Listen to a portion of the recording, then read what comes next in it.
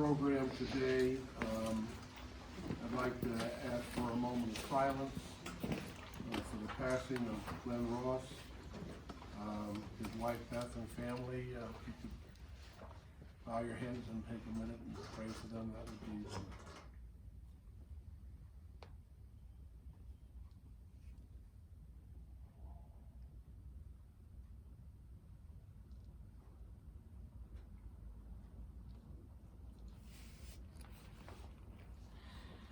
okay. Thank you very much.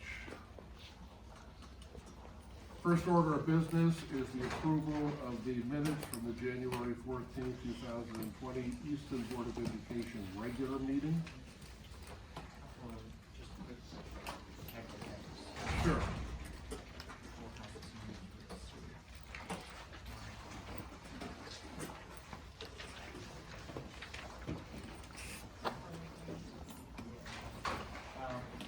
Why don't we hear a motion to accept, a second, and then for discussion we can go ahead. If you could. Motion to accept the minutes from the January 14th meeting. Gretchen? Second? Randy? Okay. Discussion. We have some corrections that need to be made? Yeah, just a typo there, and in board member comment, I'm down to saying asking the businesses in the area to contribute. I'm not sure if I said that, but I probably, maybe I did, or along the lines of that there are other districts around the country that are being very proactive with donations by their community and by their businesses. I think in Easton, it's tough, given that we're not exactly an industrial town, but if Jeff can't hear somebody wants to donate, that's great. But so anyways, but we can. We just changed suggested to shared. Well, but you were sharing research that you had done into other communities That's right. that do that. That's right. Right, Exactly. so Yep. Mr. Hicks shared that other districts in the country ask businesses in the area to offer contributions to help fund extracurricular activities, and that we might consider doing the same. Is that okay with you, Ray? Yeah. Yep. Any other corrections for the minutes? God bless you. Okay. Accepting the minutes with the corrections noted. All in favor? Aye. Opposed? John, what do you think? I'm not sure if I need to abstain. I'm not sure if I'm actually allowed to vote on the phone or not. You can vote on the phone. Okay.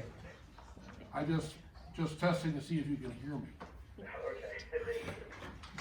Okay, next order of business is the approval of the minutes from January 21, and that's the regular joint meeting of the Easton, Reading, and Region 9 Boards of Education.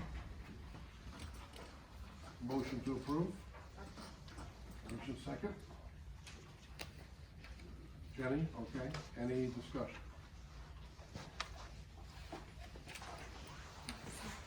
That's No. the preference. Yeah, that's the problem. If not, all in favor, say aye. And we have, that's 3-0-2. 3 yes, 0 no, and 2 abstain. 3 Oh, I'm sorry, John is. Okay, and finally, the January 23rd Easton Board of Education regular budget workshop. Motion to approve. Commissioner, you're on a roll, thank you. Second. Katie? Any discussion? Okay, and all in favor say aye. Okay, very good. And so we've got 4-0-2 abstain. 1-0-2. Okay. Next on the agenda is public comment. I'm going to ask that the public comment be limited to 2 minutes per person. We have a lot of things to cover today. There's a number of people here. I want to make sure we have time to hear you. But if we can limit the comments to 2 minutes, that would be swell. Jeff, can I just make a quick mention? Sure. I see some new faces and welcome. During public comment, if you do want to share something, we would love to hear from you. If you could just clearly tell us your first and last name and your address in Easton for the record. And there's no recording secretary tonight, so I'm trying to get it all down. Okay, very good. Okay, with that, speak loudly and, thank you. All right. Nicole Costantino, 605 Morehouse Road. Okay. First, I'd like to thank you for being here at the Board of Education in the great town that we live in and doing all that you do. I'm a parent of an HKMS 7th grader. I'm also PTO president, but most importantly, I am me. And the reason why I moved here is because of all of this. So I moved here in 2011, and the reason why we moved to Easton was because of the school system. And since I've been here, every year, we're in this, it's like Groundhog Day. We're back in the same situation over and over and over again. Cuts, cuts, cuts, cuts. And what you're cutting is the priority of education. I mean, education is the most important thing for these children. These children are our future. So I plead with you guys to try to get the Board of Finance to work with you and Dr. McGorn and do the 4.2% increase, because we need these things. These kids need these things. I was in one of the meetings when a child stood up and listened. You guys listened so intensely to her and how she expressed such angst about not having a library. I mean, to me, that's crazy. And you know, I just wanted to speak from my heart this time and not do the whole PTO. You know, I am president, hear me roar. I am a mom, and I just want every kid to have what I had and what probably all of you have. Because I could say, if you can raise your hand, who didn't have a library? Nobody could. So thanks for listening. Thanks for what you do. Thank you. What I will do is, with 30 seconds to go, I'm going to raise my hand. You don't have to raise your hand back at me. It's just a way to let you know that we're 30 seconds to go. Okay. Any other public comment?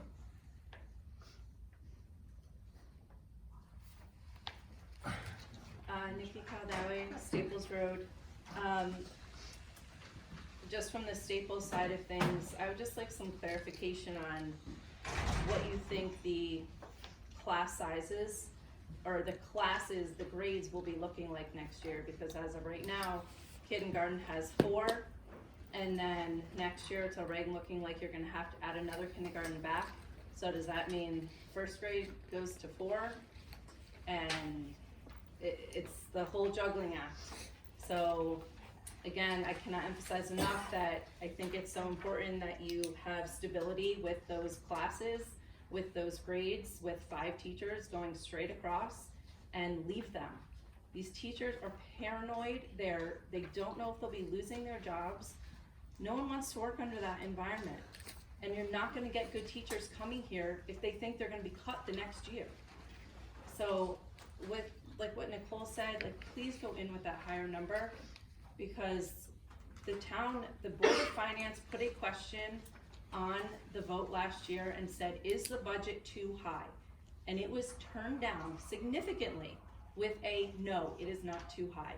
So they put it out there, and now I think it's time they let us put this out there and see what the town says. So, thank you. Thank you.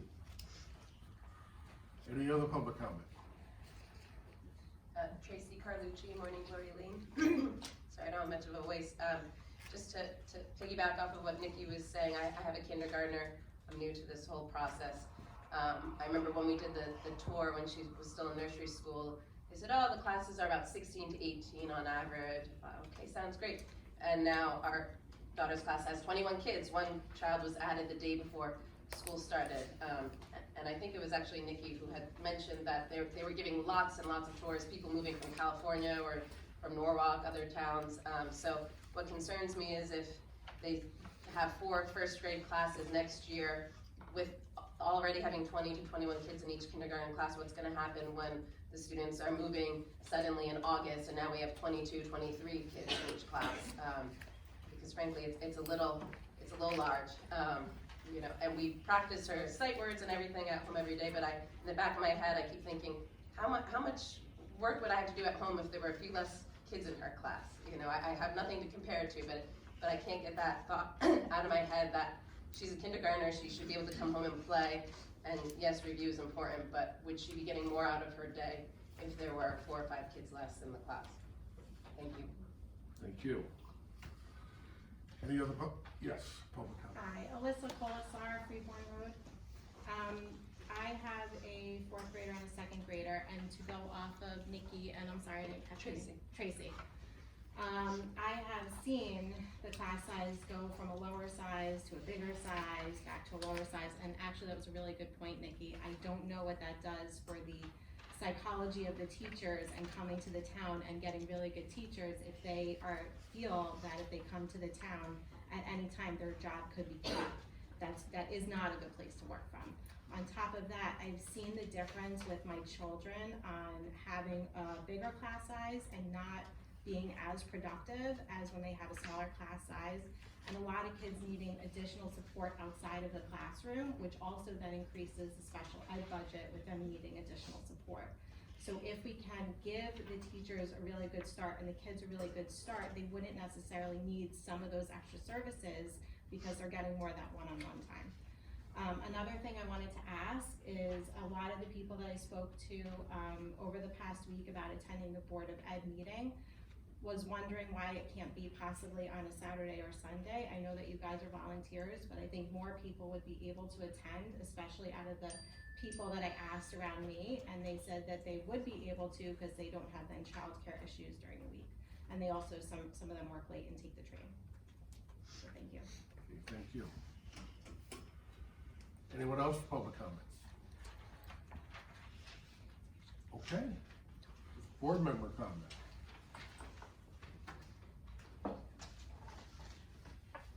You're not on the clock, so yeah. Gretchen, anything? Katie? Well, just to thank you all for coming, and those of you who have spoken so far, thank you. We take everything you say into, very seriously. Randy? I would echo what Katie said. I think we volunteer, we spend an inordinate amount of time, maybe for some it isn't, but Jeff does, doing this. I've been doing this for 6 years, Jeff's probably been doing it for 8 or 10. And there were folks that preceded us that were here for a dozen years plus. We don't do this because we have nothing to do on Tuesday nights once a month. We do this because we care about the town, we care about the kids, we care about the whole community. So we want the best for the kids. I have 3 kids in the system, 2 now. All of your opinions, we echo, we feel 100% in agreement. It's just a matter of putting the town's needs and combining those with our needs, with the students and the parents in town. You know, we're a minority. The folks in town that have kids in the school system are a minority of the town. So we have to convince a majority that, their taxes should go up 3, 5, 7%, which is what they did. If you go back 10, 12 years ago, there were a number of years where the budget was increased 6, 7, 8% right here. And that's when population was stable or growing. And the last 10 years it's gone down. Now hopefully it's going the other direction again. So we echo your sentiments, and we're going to do everything we can to be persuasive for the right budget for the town and for the schools.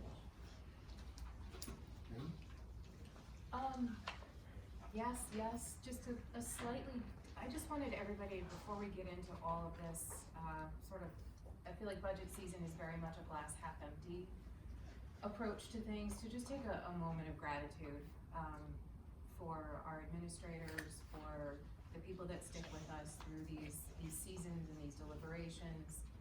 Tom and Kim and Sue and Stephanie and Scott and our board members and our community. and just to keep in the back of our minds while we're going through all of this, and the word cut comes up, 1,000 times between now and the middle of April, just to keep remembering what we do have. I think of all the emails that I've been pouring through the last few days, the one that's really been on my heart is the passing of Mr. Ross, and I've been thinking very much about his daughter and what she must be going through right now, having been in the car with him. And I'm just trying to keep that in the back of my mind before we, what's that? Oh, sorry, when I read the email from there. But just some perspective, just to keep some perspective. I'm not saying I'm not gonna fight like crazy for what we want for our kids, but, just to try to also remain positive and supportive of each other through the process. This is a balancing act. If there were no financial concerns in the town, this would be one of the happiest meetings of the year. Sadly, that's not the case, and so we have to look at how are we going to do the best we can for our kids, and also understand that we have an obligation to the town as well. The Board of Finance has a lot to say about what the final numbers are, and so it's going to be up to us to do our due diligence to be able to say clearly and concisely, we've done our work, we've looked at every possibility, and we're coming forth with a budget that we think is fair to the town and fair to our children. So with that, we will move on to the next item of business, and that's the Assistant Superintendent's report. Steph, you got the floor. I will be brief, knowing the importance of the agenda ahead. My report summarizes our intent to move from a software program called Atlas, which is a storage place for our curricula, to a homegrown use of Google Docs. So we're in the process of gathering as much feedback from the community as possible. Hopefully parents all received a listserv. There's a link also posted, I think, on the Board of Education Facebook page. We're looking for a lot of input. We know we could communicate our curricula in a much more effective and comprehensive manner, and so we are gathering information from the community, and the curriculum steering will then meet to prioritize our plan and create a timeline. Okay. Any questions for Steph? No? Okay. Steph, I have one. You used the term of the lackluster return on our investment for one of our current storage software products, Rubicon. Yes, yes. When I think of the lackluster return on investment, I generally start to sweat.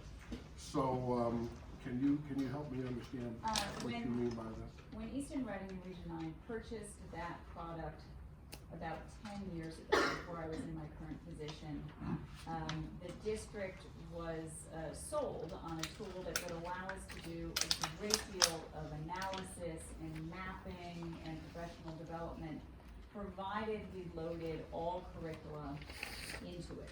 And it would also allow us to align Easton Reading, which at that time were really not aligned in terms of their curricula and instructional practice, not to mention assessments. So if we were using that product fully in a basic manner, we would be able to then make use of the more advanced capabilities of the tool. We have never gotten to the point where even we have the most basic information loaded into it, because it requires a tremendous amount of time. And as we know, we don't have a lot of teachers in curriculum leadership positions, and the clerical aspect of it is rather significant. In addition to that, the parent portal, which provides the parents a look at our curricula, is not user-friendly. Any parent, perhaps that's in the audience, that's ever attempted to look at our curriculum online would find that visually the presentation is vertical. And so the parents need to scroll through a very long list of standards before they get to kind of the meat of topics that their children will be learning. And so we have known that. but planning the transition was one that's taken a couple of years. Okay, great, thank you for that. Okay, next thing is building administrative report. Sue, wanna go first? I'm gonna be brief as well, given what we have to discuss tonight. The counselors of Joe High School came here to meet with all our 8th grade students on February 4th, as they do every year. Parents were invited, if they could, to come and participate in the conversations, and all the 8th grade students, selected courses for next year. Our school play is underway, tryouts happened last week, we're gonna have performances in April, so please look for, notifications, to come watch Schoolhouse Rock this year, should be fun. Detective Kent Lyman from the Easton Police Department came and met in our 7th grade classes, met with all the classes, so all the students saw a presentation from him on staying safe online. It included social media and video games and possible, problems with both of those mediums. And finally, for the first time, our math team was able to travel to a competition in Danbury, thanks to parent chaperones, and drivers. And our students came in 3rd in the competition, and it was a big deal. And we're really proud of the math team and Mr. D'Agostino for, advising that club. Great, thank you, Sue. Any questions for Sue? No, okay, thank you. Kim? I'd like to recognize, our National Geography Bee winner. Congratulations to James Balatzos for being the SSES school champion. Okay. He, took the test last week, and we are waiting the news to see if he qualified for the state level in the competition. Sure. I wanted you to know that we have a new leasing who's leasing the property in front of Samuel Staples. The owners of Speckled Rooster are the new leases of the property, and Matt Oricchio and Jess Crawl. We will speak to our faculty on Friday morning because part of the lease agreement includes teaching students at Samuel Staples about horticulture, farming, and the like. Wonderful couple, so easy to chat with, and teachers share a lot of great ideas with regard to what's going on in science. Also this week, we kicked off the American Heart Association's Kids Heart Challenge. We spend the entire week doing a lot of jumping, different activities to raise money for the American Heart Association, and historically, it's been incredibly successful event at Samuel Staples. And, we've received all sorts of recognition over the years, so we're happy to participate in that. The students in our school created Valentines for the vets that we delivered to, Congressman Jim Hines' office on Friday. And then finally, a special thank you to Nikki Caldown, who shared a really clever, Super Bowl, fundraiser, sort of. Operation Hope is a event that we have in a local, Fairfield. And, Nikki created these 2 enormous boxes, one labeled San Francisco 49ers and the other one Kansas City Chiefs. And the kids had to donate to the non-perishables for the Super Bowl. And then she spent time, last Friday counting out. The 49ers won by a landslide at Samuel Staples, but as we know, Kansas City Chiefs can't do the Super Bowl. But I can't tell you the interest the kids had. Michael and I both did a fair amount of cafeteria supervision that week. And if we were asked once, we were asked 10 times. So which soup? Where are you gonna go? What do you go for? Really quite an exciting thing that she threw at me and said, would you support this? And I said, oh my stars, yeah, I think it's fantastic. So, thank you, Nikki. Wonderful, thank you. Any questions for Kim? Okay. Next on the agenda for discussion and possible action is, I think, I'll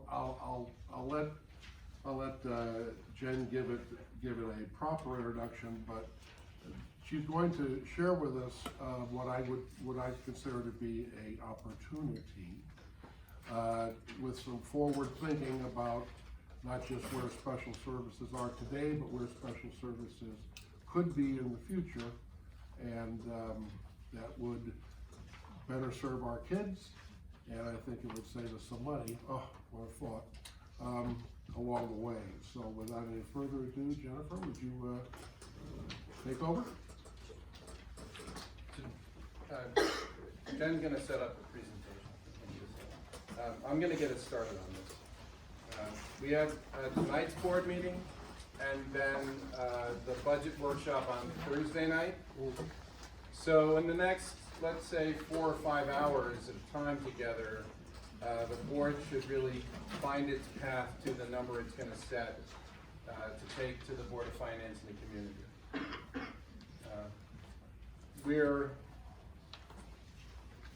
not gonna be able to give you all the data tonight that we'd like to, because our Director of Finance has been called away for a personal family issue. But he will be back Thursday night, so we'll be able to tighten up some of your numbers for you. Jen's going to, Annie, here's some more. Going to take you through a presentation, but before she does, I want to present to the board some numbers, so give me a few minutes. We have currently 147 students who are eligible to receive special services.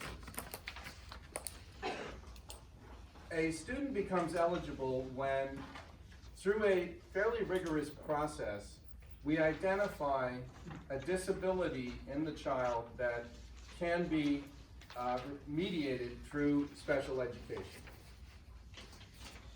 So once we've identified legal eligibility for a child, then as with every child in the school system, what the law says is every kid who's a resident of the town has the right to free, appropriate, public education.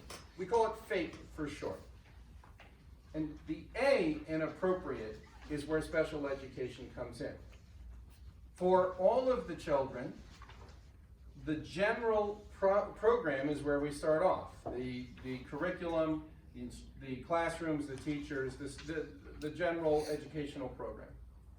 But if a child has one of 15 different ways that the law says they have a disability, then they become eligible for special services. And the idea is to provide them with skills and knowledge over time through instruction, so that they can learn to become independent despite their disability. For some kids, we have to modify the work that we ask of them. For other kids, we have to provide accommodations so they can do the work. And some kids, both we modify and accommodate.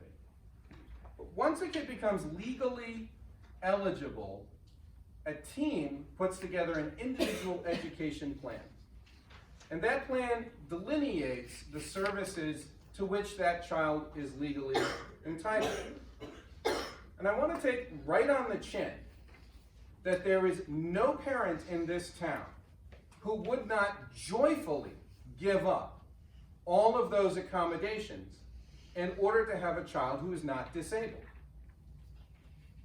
Sometimes people say to me, and I actually find it rather offensive, oh, well, you're giving those kids some gold-plated program and it's very expensive. To which I'll say, we're going to provide to that child an appropriate education, free, appropriate public education. And if it costs more, it's because of the disability. So for those 147 kids, what the special educative administrative team then does is translate those services into service hours. How many people and in what location and with what materials are we obliged to provide those service hours? So the budget that comes out of special education, special services, special education, psychological service, speech and language, is the translation into dollars for meeting those service needs. And when we started, the budget we put together and presented to you at a 4.2 increase was actually we put it through the printer on December 13th. But once we are working a budget, we continue to try to find efficiencies, and over that period of time, some students continue to become eligible or we exit them. So there's some changes in the special ed budget. Since that time, we've had 2 students become eligible for services. And we had 1 student that we were working through process. So what we're going to present to you tonight is a way to meet the needs of all those kids. If we had to, the law further says, if you can't meet the needs of those kids in your own building, then you have to place them in a more restrictive environment, a special school outside of your own district. And ER9, we send kids in 16 different directions. The tuitions at those schools are expensive.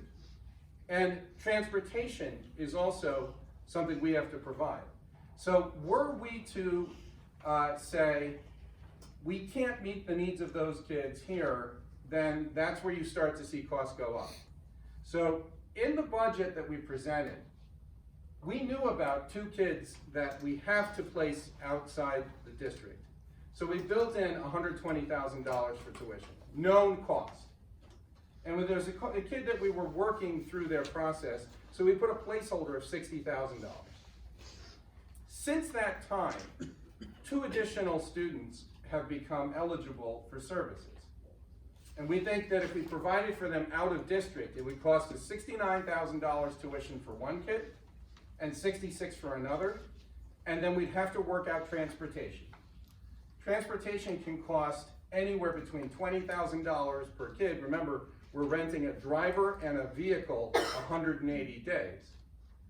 So it could be $20,000, but it could be up to $45,000 depending on the placement. So what we figured was, on top of the budget we had presented to the board, there could be $195,000 to $255,000 additional dollars if we had to place those kids elsewhere. So what we assigned ourselves was the task of saying, can we meet their needs in-house? And my criteria is always, where can we provide the best quality service to your children? And secondly, how do we make that as efficient as possible? And it's our belief that when we can educate your kids here in the district, we can control the quality of special education. Therefore, it's better for them. And if we can make it work, it's less expensive. So the task was find $195,000 to $255,000. This is in the last month and a half. In that same window, we went into a mediation with a family. And what mediation means is, we say to a family your child is eligible, we're offering you this program in the district.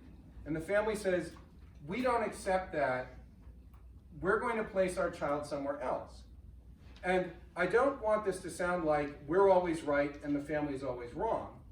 It's a process of where can that child's needs be best met.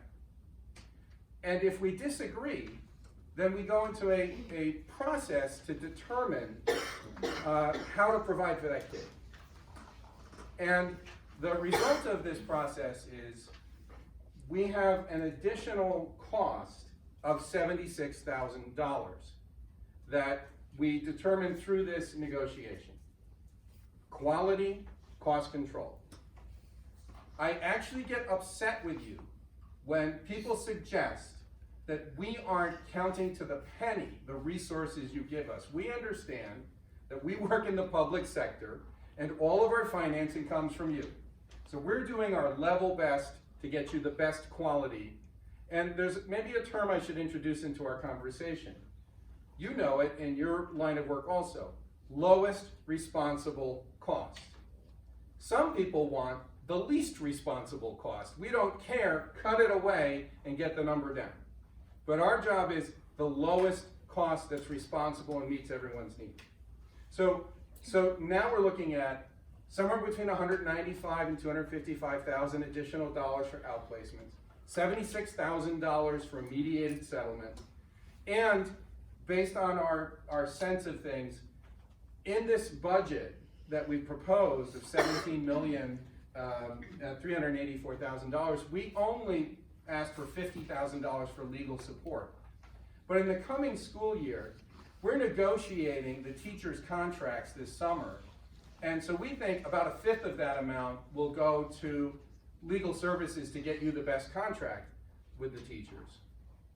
So we're actually going to ask for another $10,000 in legal services in anticipation of some of the costs that we'll need to support special ed.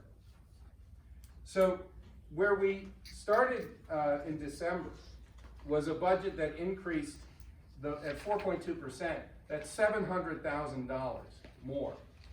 And then we're just looking at now, potentially quite a bit more than that.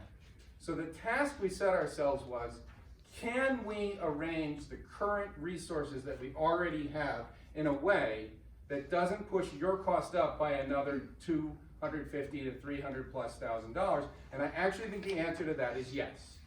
So I'm going to lay that out, and then Jen's going to provide you the academic argument for what we want you to, the members of the board, to agree with us to do.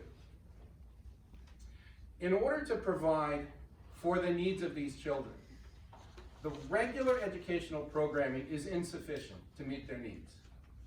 And the regular education program, even if we were to provide an aid, will still not meet their needs.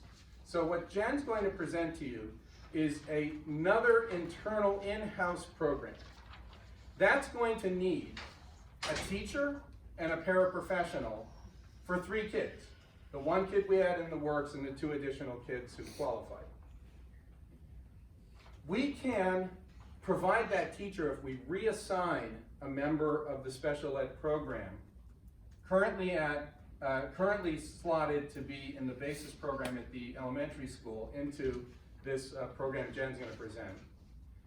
And in order to do that, I need $19,975 so I can purchase in board certified behavior analyst services. Because we're going to take our in-house BCBA, board certified behavior analyst, and put that person back into the classroom as a special educator in the basis program. Now she's teaching in the special ed program. She can't also do the BCBA testing and work that person does. And rather than say, give us another teacher to do that, we want to purchase in that service for just under $20,000. Because $20,000 is less than a teacher by a lot. But I also need $18,000 in order to provide this program that Jen will present with a paraprofessional. So you'll have the teacher and the para working with these 3 kids. That takes the $195,000 out. Those children will be able to travel to and from school on the regular school buses, so we don't need that transportation organization. But that means I have to come up with $37,975. And here's how we would do that. We have, in the budget, we overbuilt tuition,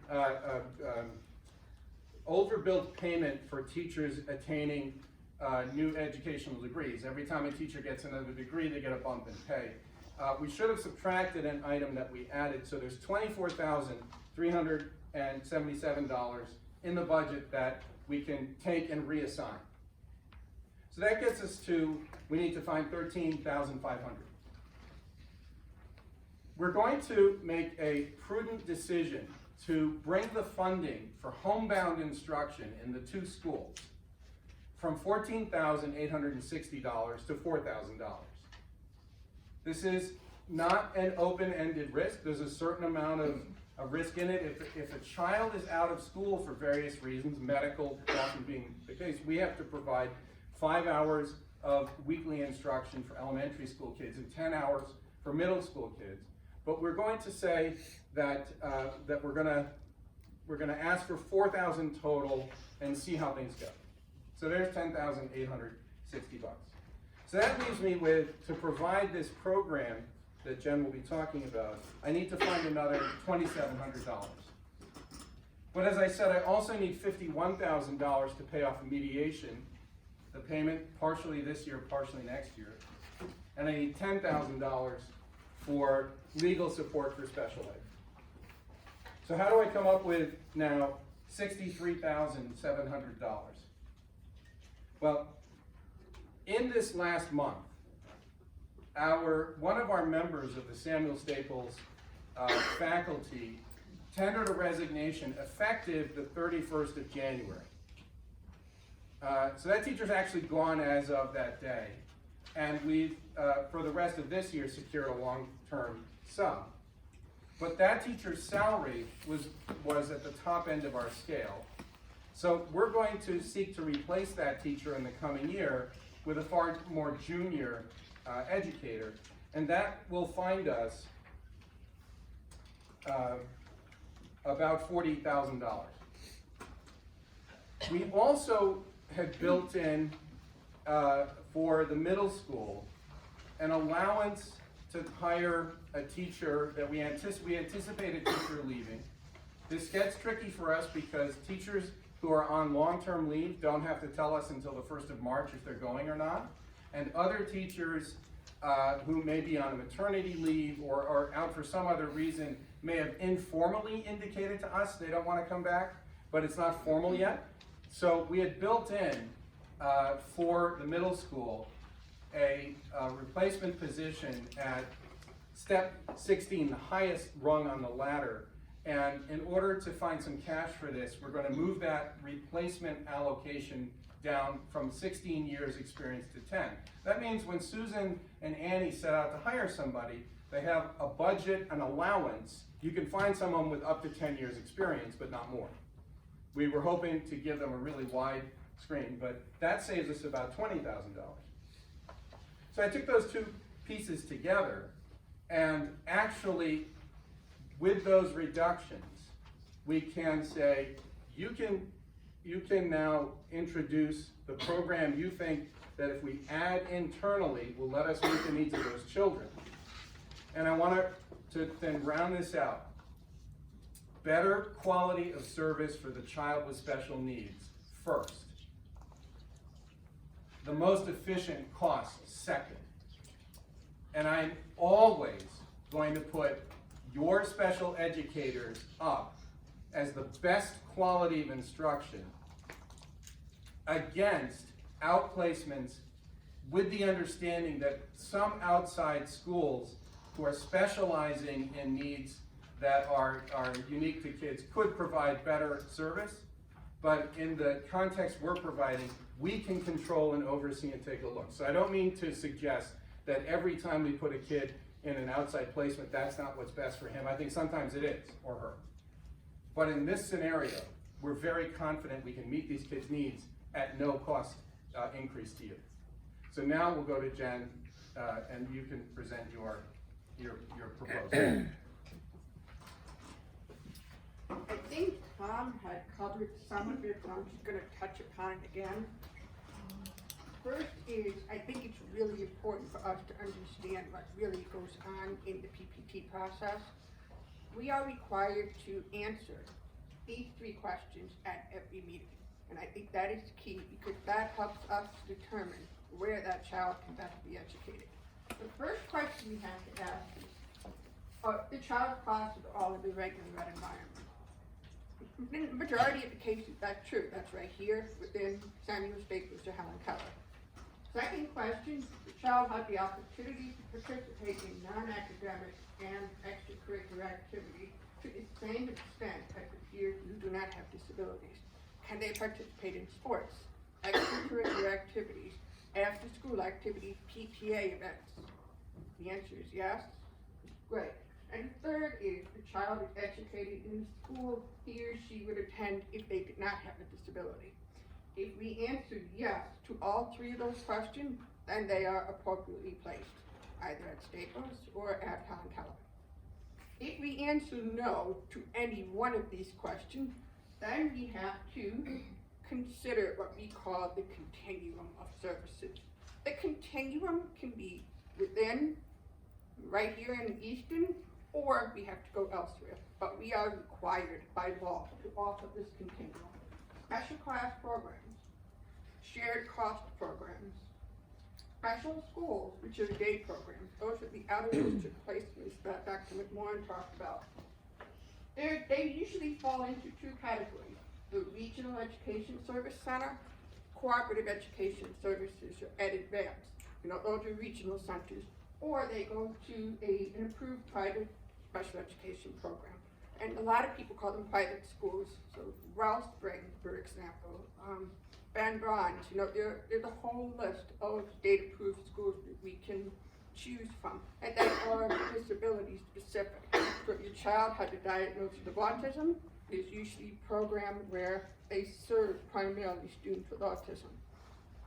Homebound, it could be temporary. Child breaks a leg, the child's been placed in a hospital for a short period of time, but we are required to provide services for them. Hospital, when the child becomes sick, and they're in the hospital for an extended period of time, after 10 consecutive days, we are required to provide 5 hours for elementary and 10 hours for middle school. Or some kids, they are in long-term residential placement or in the hospital because of their unique needs. So if we answer no to any one of the questions on this side, then we have to at least consider those programs. So again, this is what we talked about, our continuum of programs from the general education class all the way up to the hospital setting. These numbers were as of 2/6. So the numbers may be a little bit different than the numbers that you see in the board reports. Currently, we have 3 students in day programs. The PPT has determined that the least restrictive environment is somewhere else. We have 1 student in a residential program. So again, the child's needs are such that they have to be residentially placed. These are some of the potential changes that are happening now that we're looking at. There's 1 student that we're looking to move from a more restricted placement, on this side, to the least restricted placement. Then we also have 1 student that's moving from the least restricted to the more restricted. But this changes by the day and by the hour sometimes. And there are 3 changes that we have to keep on our radar. And again, we have to consider the least to the most restricted option. So through discussion and collaboration with building administration, mental health staff that the children are working with, and some of our support services.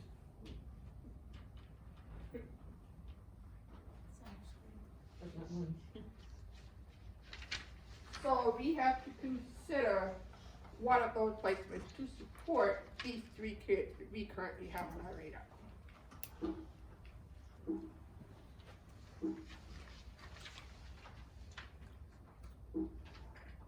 Something happened here. Maybe escape from tracking. Something popped up, it wasn't my document. Close out. Just reload it. While we're waiting, Susan Kaplan will now sing you a song from the Sinatra canon. Fly me to the Well done.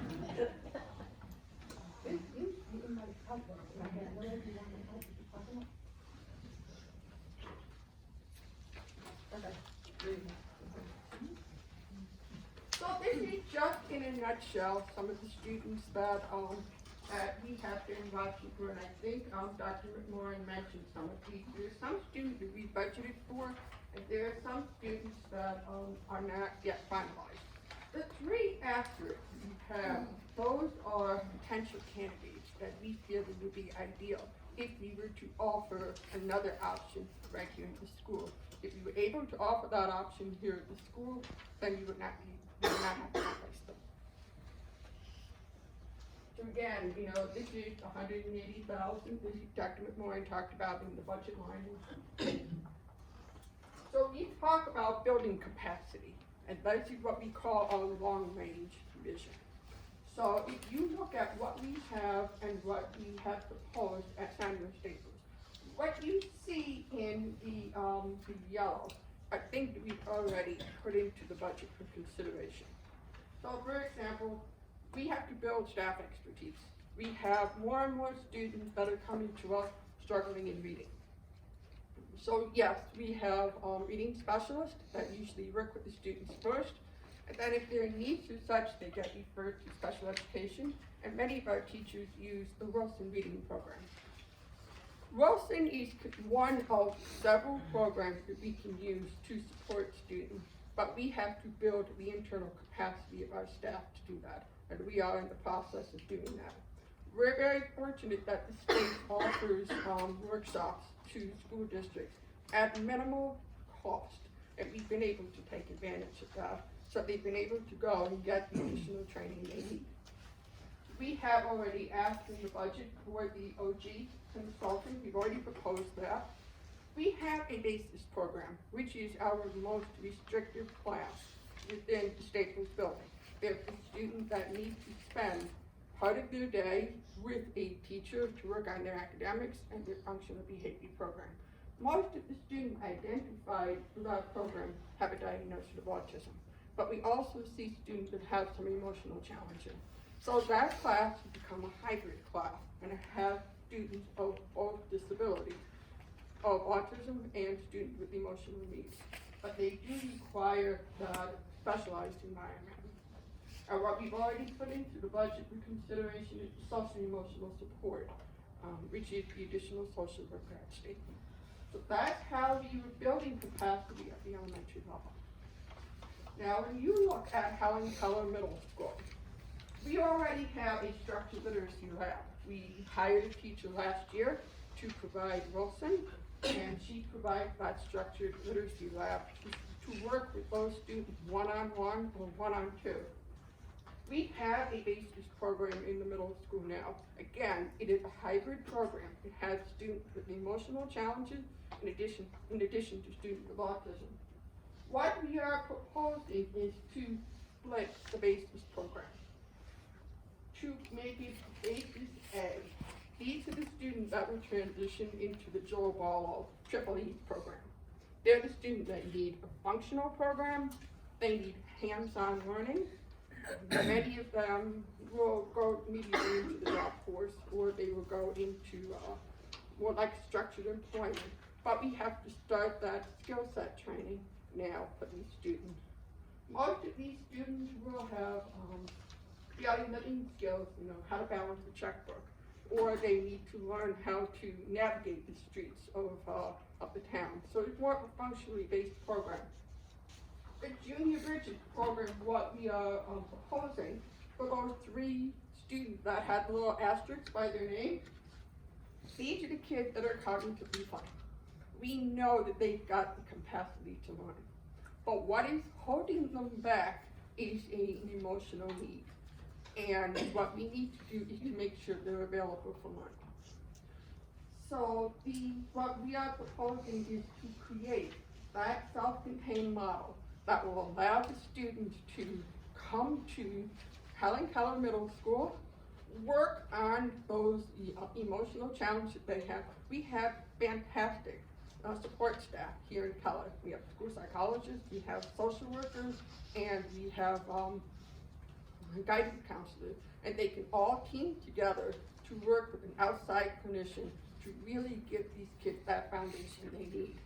And as the students work through their emotional challenges, our goal is to then have them go back into the general education classroom and to be successful in those environments. So we currently have 3 students. If we were to outplace these 3 students, to return them to a district-based program proves to be quite difficult because the curriculum starts to veer off. We can't control the quality, as Dr. McMahon says, of what the instruction they receive in those programs. And then when they come back, they're usually further behind, and they have a harder time readjusting into the program.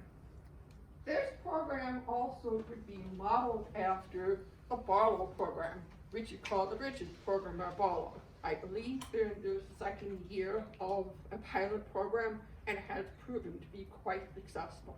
So not only is it working with students who are identified, but it's also a preventative measure for us to prevent students from having to be identified as special needs. Because we can access these students and give them what they need, then we can actually prevent them from being classified. So that's one of the trade-off pieces too. We envision this to be, some kids will be in there all day, but they would receive all of their academic classes and then go out into the larger setting for specials. Some of these kids might only need it for a short period of time. You know, they may have a hard time getting to school in the morning, but if they can come in at noon for the rest of the day, how do we make sure they don't fall behind in their academics?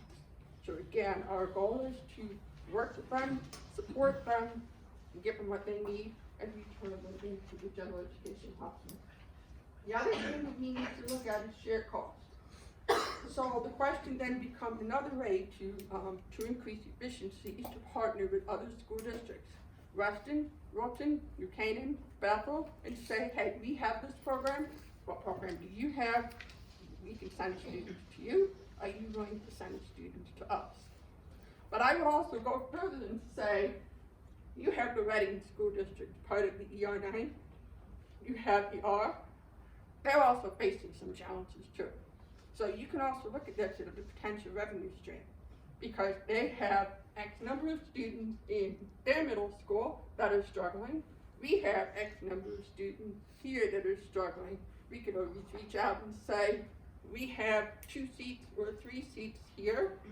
Are you willing to send your students to us? That could be a potential way to have revenue for the program. And also, the 2 neighboring districts are close. They funnel into one high school, and there is usually a lot of interaction between both Easton and Reading. So again, that creates that continuum, that least restrictive environment continuum. So then when you look at the cost, if you take what our average pupil cost is, that's what our average pupil cost is, about $20,635. How much does it cost to send students to an out-of-district program? The average is about $68,000 for a day program. There isn't just one price for a day program. Each one of the state-approved private schools sets its own cost. If a child needs speech, occupational therapy, some of them will add to that cost. So they may not have a speech therapist on staff, or if they need a Wilson tutor, they may not have them on staff. So actually the cost could actually be higher than that. That's just an average. If a student needs to be residentially placed, the cost is higher. You're usually going to add about $140,000 because they are there, but they require care around the clock. And Dr. Moore, that transportation cost varies. We will often try to share a van or a bus, so we have students from Barlow that are going through a program, or students from Reading that are going through a program. We will often try to share transportation to reduce costs. So the average range to outplace a student is about $88,000 to $180,000 per outplaced student. Again, that's the range, whether they're in a day program or a residential program. But if we were to try to develop something in-house to support those 3 students, the cost of the teacher and the pal will bring the cost to about $40,000 to $50,000 per student. Any questions? One right behind you. First of all, thank you so much. This was really nicely presented. So in the current, with the 3 students that you're proposing in the junior bridges, would there be additional room, let's say, if another child was identified 3 months into the year in that current setting? How many? One of the things that, in order to make this program successful, you would have to look at any student. Like I said, some may be partial day, some may be a full day, but I would be very comfortable if we had between 5 and 8 students. If you run outside of that comfort zone, then you would have to start looking at staff. But again, you know, if you look at, if we accept students from other districts come to our program, that would also impact the district. Right. Any other questions? Jennifer, how many junior bridges programs are there in the state? Do you happen to know? Or ballpark? I know Barlow has one, he did quite successful with it. I do know that, usually a lot of programs called alternative ed. So if you look at some of the larger districts like Bridgeport, or you look at, I know that Greenwich, recently put together an alternative education program. So I would say we probably have maybe about 8 to 10, looking imagine the numbers necessarily go down, but if they did go down, what would be the lower end where this becomes uneconomical? Well, then usually for each student, they may need consultation. So as these students go back into the mainstream class, we will still need to support them, because our goal is we don't want the kids to go the other way. We don't want them to be shifting in and out. So the teachers probably be reassigned to support some of our other students that are also struggling. I know that Mrs. Kaplan and Mrs. Moore and I are probably in communication almost every day. Not only do we have identified students that we're concerned about, but we also want to make sure that the students we are concerned about that are not identified become identified only for the purpose of sending them out. And that's our biggest fear, is that we're going to identify them and then with the next breath say, we can't support you here, and that's not what we want to do. I had a couple of questions. First was mediation, and like, this sounds wonderful, and if we go ahead with it, are you confident that you have the parent support? Like, do the families want it? You know, we go down this road and establish this program, and they still say no, and then we're back where we started. I think Or do we not know that yet? I think that by the time the parents come to us, there is a crisis, and I find that a lot of parents are torn. They really want to keep their kids here in Easton. You know, I mean, I've heard parents say, what about my child's friends? You know, my child doesn't want to go to this out-of-district placement. So by offering them a viable option, I think that Kara and I work very hard to try to build trust with the family, and it requires trust. And I'm out of the 3 families, I'm fairly confident that I think 2 of them will just jump at this opportunity. The third, I think it's going to require more of a conversation and say, you know what, it's all our hope. You know, let's try this before we go to a more restricted option. I don't know if that answers your question. Yeah, and I don't know. there's so much, I know, but there's so much riding on, you know, the outcome of that mediation and whether or not, you know, Well, we're this is gonna end separate up from the with. mediation. This is separate from the mediation. We have 3 students we've identified as potential for the program. The mediation is separate, it's a separate matter altogether. Different Those time. two have a different classification, which I really don't wanna go too No, much I into understand, that. I understand. But we're looking at really the students that are, we see overall an uptick in social emotional needs in students. We're finding that students are coming with more trauma in their life, and in the past, it's been, let's give them a 504 plan. Let's just give them more counseling. And what's happening is when they reach the middle school age, it's not working anymore. And now we're trying to say, okay, where's our continuum to support these kids? And what we're finding in-house is we don't have that continuum. Any other questions for Jim? I would just like to say that I have a great deal of firsthand knowledge about this program because of other people in my family that are involved in schools that have this, and it's been a lifesaver. I think I can say that very, very comfortably. It's not a cure-all, and there are kids that go into the Bridges program, and they still need to be outplaced. But it has turned an awful lot of kids, it's helped them to turn corners, it's put them back into the regular population, and there's a lot of success stories. So, I was very excited to hear that you were gonna bring this tonight, and thank you for that. Thank you. Thank you for that. Jen, while we have you maybe do this. We just, Jen's got some numbers for you so you can have some context on special ed. Okay. Jen, one of your questions was more of a procedural, I mean, it's enormously helpful to have this, to be educated about this and understand, but is this something that it seems odd that we would need to include this, or just? Right, we would need a motion to accept the recommendation of the Director of Special Services to bring the Junior Bridges program to Easton beginning in the 2021 year, which of course is going to need some additional dollars. Well, reallocation. Okay, well, if it's all and I think that's what I heard you say, Tom. It's all gonna be a reallocation of dollars, so, while there is expense, it's not anything that's going to cost us any more than. I just wanted to leave you guys with one last piece of data in this, two-page, document. The first is, looking at, I took the liberty of doing a comparative chart of where we were in February 2019, based on the board reports from last time, to where we are today.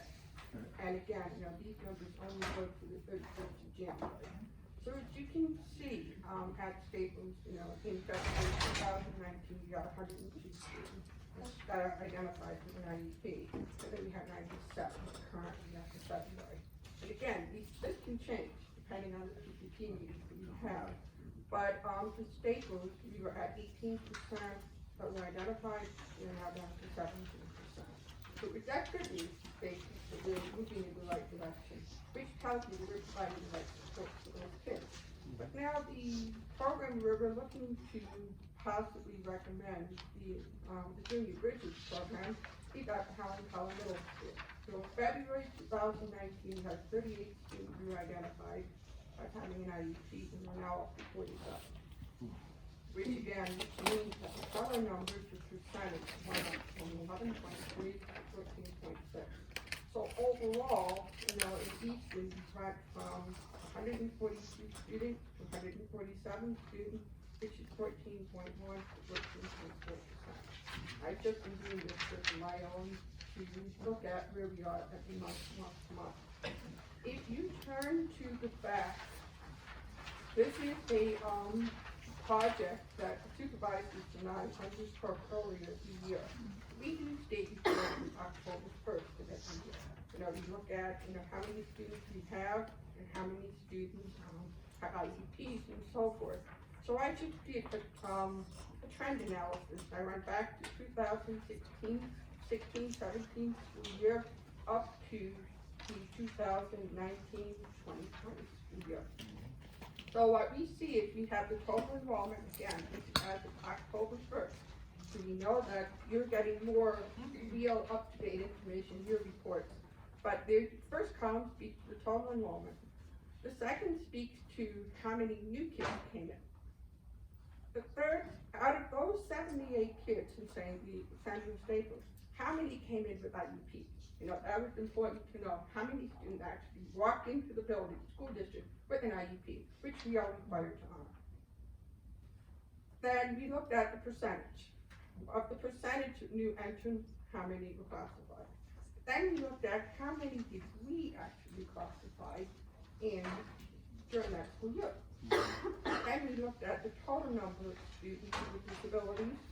And then if you look at the top of each of the bars, there's a number that's above Staples in each of the years. That is the state classification rate. So in the 16-17 school year, 13.9%, that was the state classification number. Right. Where did Staples fall in that year? We were 11.6, which is under what the state average was. And then Keller was at 10.1. And again, if you look at 17-18, the state actually went up.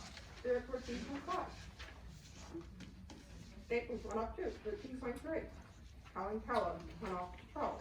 But then again, the state went up again, 15%. We did not have, at the time this was done, for the 1920, what the state average was. Then we looked at how many actually left. When I say withdrawals, I mean how many 5th graders moved on to middle school and how many 8th graders moved on to bottom. Right. And then how many of those withdrawals, how many of them had IEPs and how many were classified. So this is just something that we put together because we wanted to see the trend of where we were. Very good. Thank you, Jim. I just want to make a comment. Jen, thank you so much for walking us through this, and Tom, thank you so much for looking into how we could reallocate monies to support the Bridges program. If we were to agree to support the Bridges program though, I would want to maintain the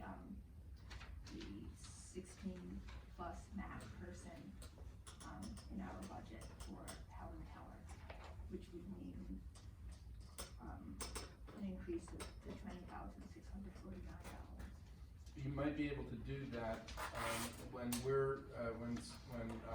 Mr. Rice is back and we're ready to show you the, we call it the puts and takes, what we have to put into the budget, what we can take out, that we might be able to pay for that, in some of those other adjustments. And then that's an allocation, so if Susan finds, the ideal candidate with 9 years experience, then you save the difference, later on. But obviously giving her a wider range is better. And I think, yeah, I agree. Okay.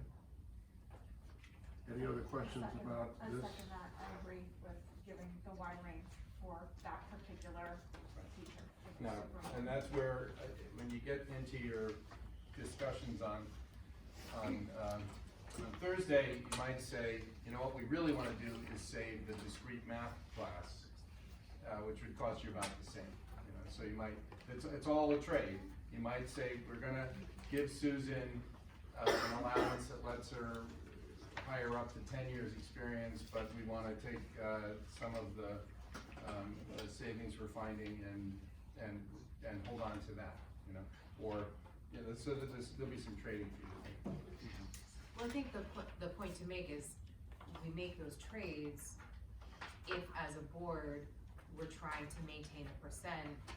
If we have that, you know, sort of earmarked in our minds where that's gonna be, I think the discussion needs to remain open to saying, what does the percent look like if we keep discrete math, if we keep the MA plus 16, if we accept this proposal, what does that look like? And then talk about, okay, where do we wanna maybe shift or trade, and how do we wanna push this forward? I don't want us to go into Thursday assuming we've got this number and we've already sort of got an assumed number that we're trying to achieve. I don't think that's been decided yet at all. And sort of what is the, I guess sort of, I think I'm missing kind of the bottom line of all of this. Like, I feel like there was sort of this alarm, you know, alarming concern about the increase in cost over the 4.2. We'd be above and beyond that with these outplacements. So does this bring that back down to 4.2? Yeah, 4.2, that's $978, whatever that, so Okay, yeah, 4.2. I just wanted confirmation. Yep. Yep. Going with the Junior Bridges program lets you basically stay neutral, meet the needs of these kids that we haven't known about before. Now, what happened on at the last meeting was we had taken the 4.2 and we had brought it down to actually 3.97, and there were two drivers for that. One was the $24,000 that was entered twice that got pulled out, which is now being used to help to underwrite the Bridges program should we agree to do that. And then the second piece of that was the special services structure within Easton, Reading, and Region 9, which if all boards accepted that, would have saved Easton an additional $22,000. So those were the two additional pieces that got us down to 3.97. So what Tom is saying is, I need that 24 that was in here. In essence, it was a double entry, so it was essence in error.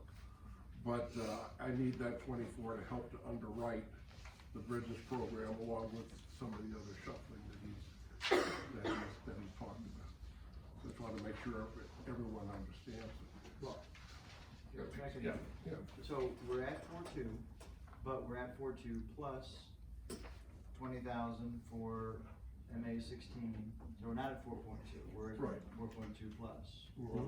You're in the neighborhood of 4.2, because, I can see, I haven't been able to catch up with the Director of Finance and see if he's got additional drivers or if he's got additional savers.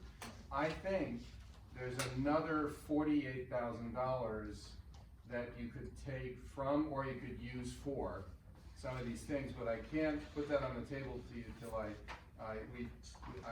received a letter indicating another member of the staff will be retiring.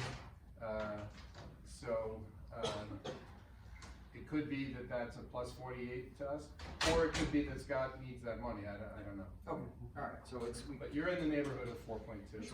And then the other cost to the town of Easton for you to keep in mind is if the high school budget comes in at 0,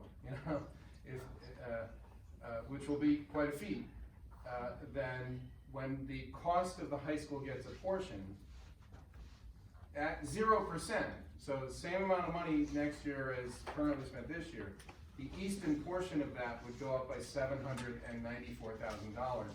So you've got to keep that in mind. It's your 700,000 and at least 794, unless the high school can get their budget below 0. For every dollar, 43.5 cents is put on Easton. So. But I've got to say that although we should, to a certain extent, keep in mind what's going to go on with the Region 9 budget, I think we need to focus on our budget and do what's right for our students. I agree with that, but at the same time, in the Fairfield County, we're the only 3-district structure, so every other district is weighing their increments on a K-12 vision. They don't have a pre-K-8 and then a 9-12 vision. Except to say that, so we've got to work with what we've got, and as you say, it's a three board district. I hope you have one educational system with 3 districts. But the thing is that those other Board of Eds have a say in what's going on with the high school. Yep. We don't have a say, we have. if I can say it a different way, I'm not sure we were given extra money when it was going the other direction, Tom, right? So it's not like when we were going the other direction with Region 9 and Easton was in theory benefiting from the apportionment. I don't, correct me if I'm wrong, Board of Finance, but you guys didn't throw bags of money at us and say, don't worry about it.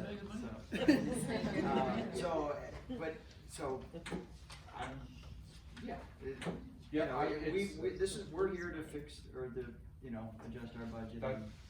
That's the beauty between the 6 of you who are elected, and I'm just the hired help. I'm just pointing out to you that your potential exposure in your best case scenario is $1.5 million for education. Yep. I'm not on the Board of Finance, but I've seen sort of the overall town document that includes that shift in their planning. It also includes wage increase for K through 8. It also includes monies, potential monies for additional programs and requirements. Looks at there are a certain number extracted from the expended fund balance in the town, and I think certainly we need to come up with a reasonable budget, but I don't think that the town is expecting us to absorb that pressure from Marlowe, to your point. Great way of putting it. Well, I think they expect us to be mindful of it, but I don't, thankfully, they're not expecting us to find $800,000 in our correct, budget to correct. Jenny used exactly the right term, and that is to be mindful of it. At the end of the day, the town has a ballpark of $43 million. That's their budget. That's how much money they have to spend, and unlike other governments in the state who can spend whatever they want to spend and just call it a deficit and kick that can down the road, we have to be able to meet our financial obligations in full every year. The fact that that this apportionment thing is here for us this year, and it will be here for us for the next 5 or 6 years. Ranging anywhere from 89,000 to 895,000 in any one given year, as we go from 42% of the student population up to 54% of the student population of Barlow. You have that number which driving it. You also have the per pupil cost is going to go up because there's 885 students in Barlow now.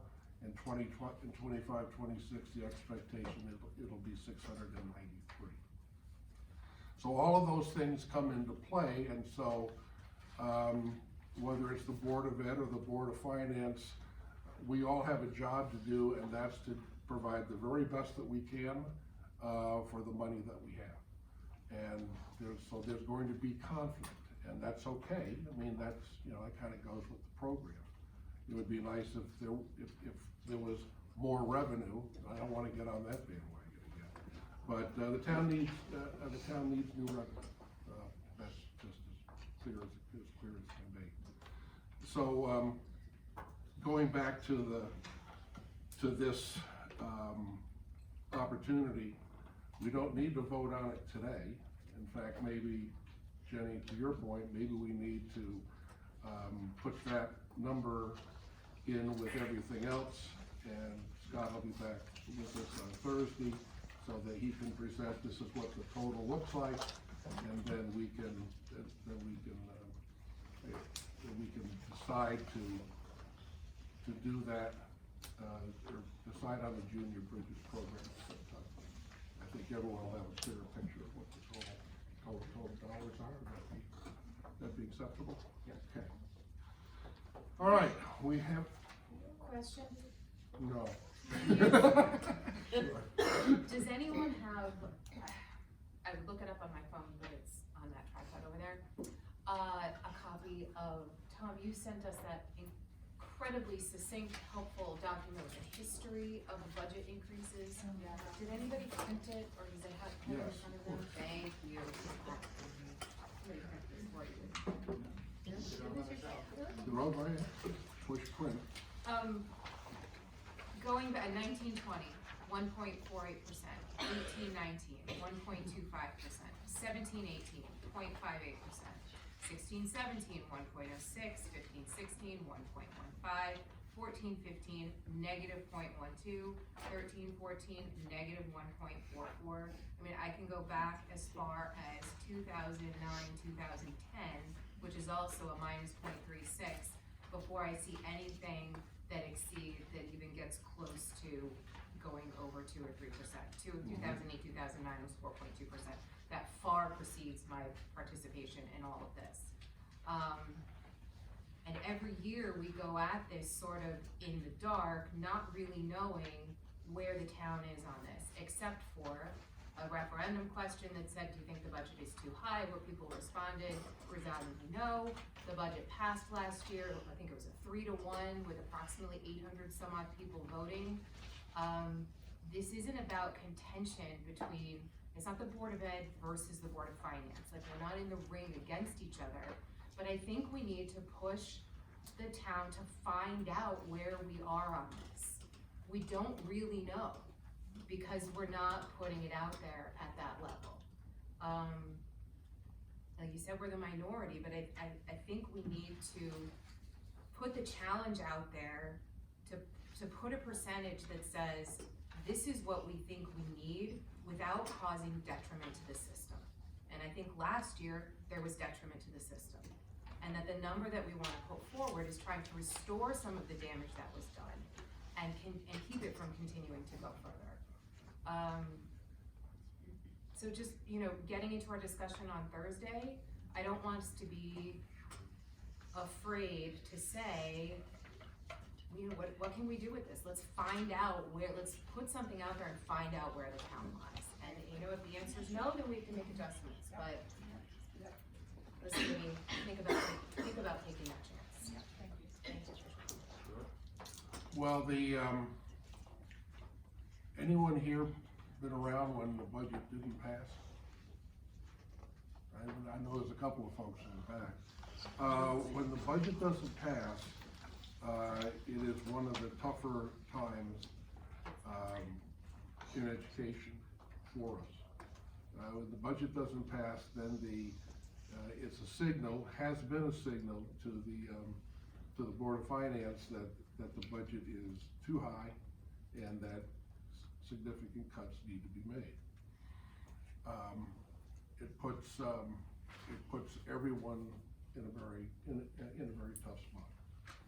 So unless there was a way on the ballot to really break down why people said no. I think there's some interest in doing that Mm-hmm. this time around. I've heard that. Developing some questions that would help steer us in a direction to know when people are voting, why are they voting, how they're voting. Mhm. So I'm certainly not interested in putting forward a number that is sure to be shot down, but I also think that we shy too far away from and don't really get the feedback that we need. I'm well aware of what you're talking about in terms of we put it out there, it gets shot down, then we're looking at a far greater cut in order to ensure that it passes. I think that's understood. Okay. Well, I got, I put forth some questions that I copied you all on today. I also sent you a letter that Tom had put out in terms of kind of a worst case scenario. I think it would be, I'm not expecting a whole ton of answers because the letter went out, the email went out 6 hours before this meeting, and so I don't know that it's fair to ask for a whole bunch of answers. But this is the kind of stuff that I think we're going to have to look at. If we're doing our due diligence, the idea that we can't go there, I think it's being short-sighted. So questions, some of which came from other board members, some that just came from me. First one is a Spanish program at SSCS. We are now fully functional, K through 5. Do we have any data points to tell us how well students are learning the language? When we started the program years ago, one of the end results we were seeking was a better base of knowledge in Spanish. Can we show results toward that happening? Steph, you So before Steph answers that, so I'm going to be your concierge. Oh, good, good. So in the questions that the board has posed to us, which we do want to give you some response to all of them, you're going to hear questions probing about retaining Spanish teacher, counselor, media specialist, administrators, special ed teachers, and I'm gonna suggest to you before we get into this, the reason that you're probing us on this is that over the last several years, you've reduced your custodial staff. You've reduced your secretarial support staff. We've reduced our paraprofessional staff. So when you're contemplating, or can we take other assets out of the system, you have no longer, you can't turn to the non-certified people to think about it. You took a bus out of the system.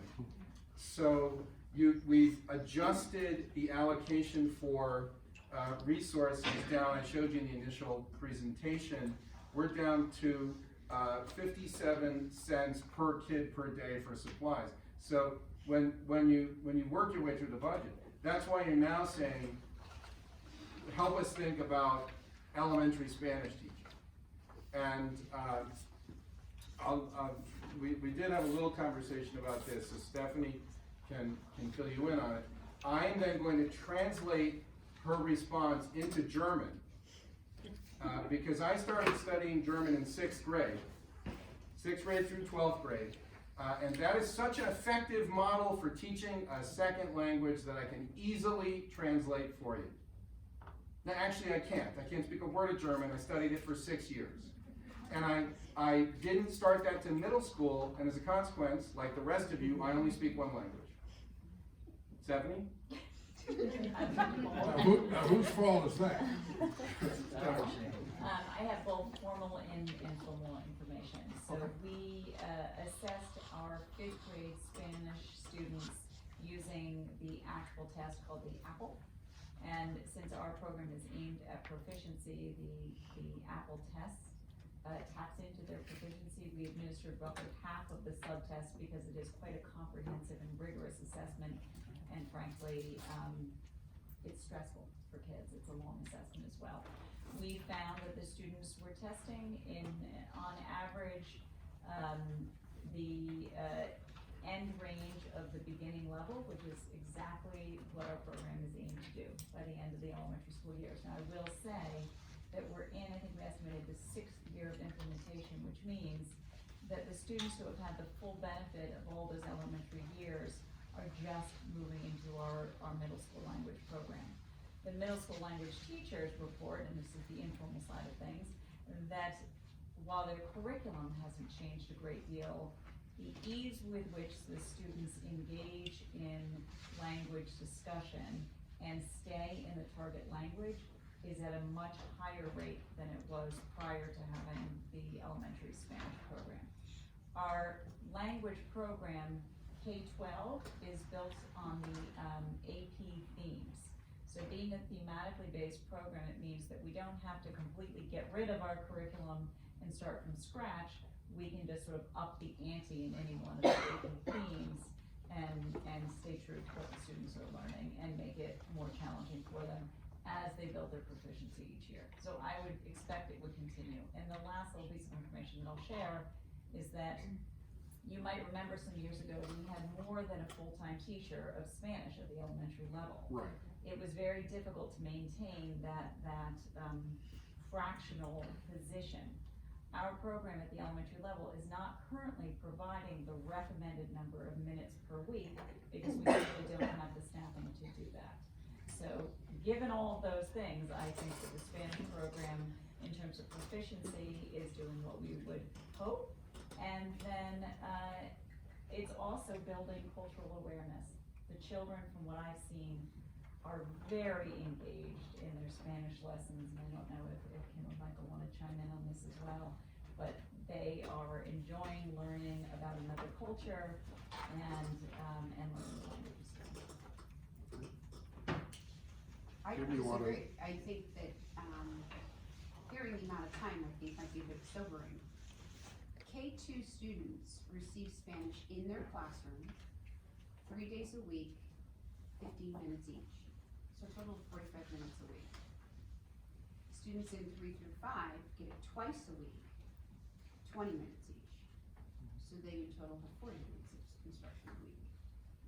I have observed a variety of classes in Spanish, and in all of them, all the way up to 5th grade. I see groups of kids who are very connected with the teacher, enthusiastic to explore the language. She does a superb job bridging real life connections to Spanish speaking countries. But I don't pick up proficiency. I pick up kids who are interested and participate at a very high level, but they're not proficient. The program recommendation, just so you know, based on the research, is about 75 minutes per week. So you can see that we're clearly shy of the recommendation based on the goals of our program. So I guess then the question is, do we leave the program alone? Do we up the program, or because we're not able to give it what it needs, we take the program out? That's rhetorical. So I'm not asking you to comment on that, but I think that's. We didn't include, I would say, I we think didn't that's the include question. a recommendation for increasing the program in our proposal.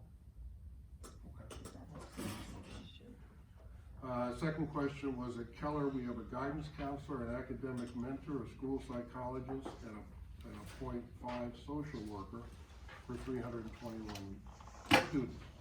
Certainly each job assignment has some different responsibilities, but it does seem like a lot of folks given the size of the school.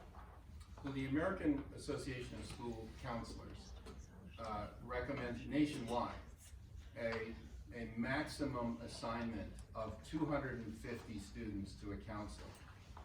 But that is, that's a national recommendation.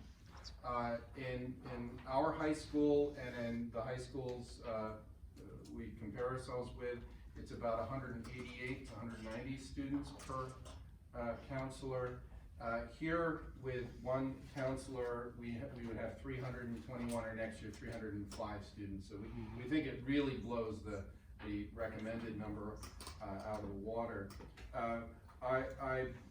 Let's have a meeting that's not a Board of Ed meeting and talk about what is going on in our culture that is promoting the manifestation of anxiety and self-injurious behaviors to kids. We have lots of theories. Let's not air them out tonight, but let's deal with the reality that our kids are needing more of this kind of mentoring and counseling and psychological support and social work.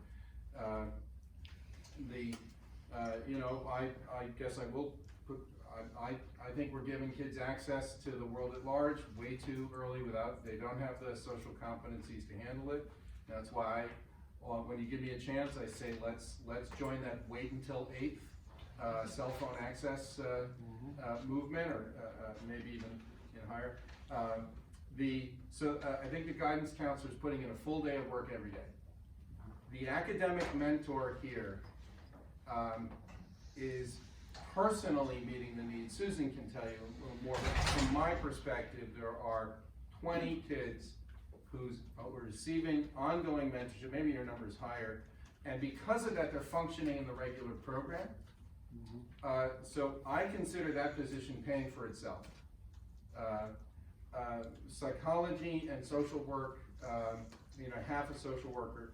I see that all 4 of these positions for this population are helping us have the kind of climate, environment, and well-being of the kids that we're all enjoying. Susan? I have more detail. Please. For the board.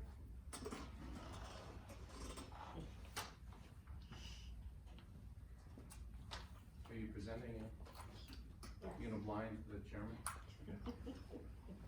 I just had a quick remark regarding these individuals at the school, and is that they don't just service, they're an integral part of the special education process as well. Yeah. Right, I mean, testing, part of the PPT process, so if you remove them, I don't know what that does to the special education program. If you reduce that, what kind of pressure that puts on trying to service that portion of their responsibilities Yeah, good as observation. well.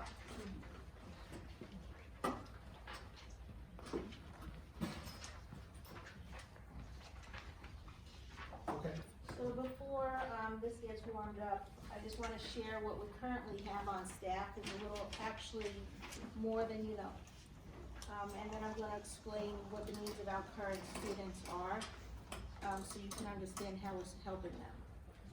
Currently, we have a .8 school psychologist assigned to Helen Keller Middle School. 1 day a week equivalent, she spends doing support at Samuel Staples Elementary School, under the direction of the special ed director and supervisor.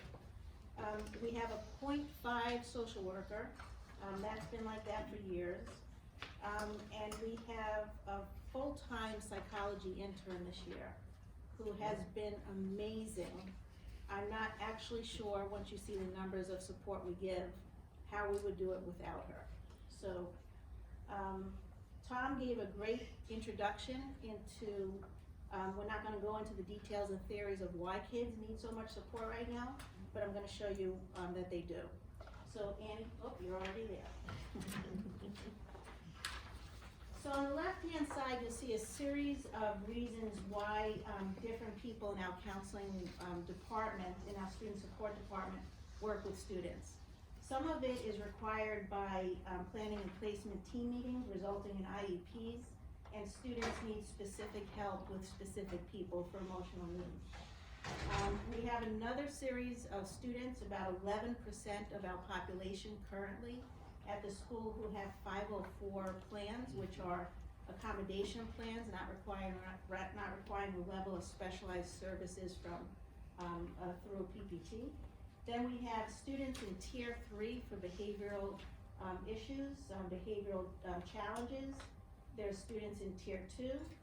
We run a lot of lunch bunch groups for various needs of students.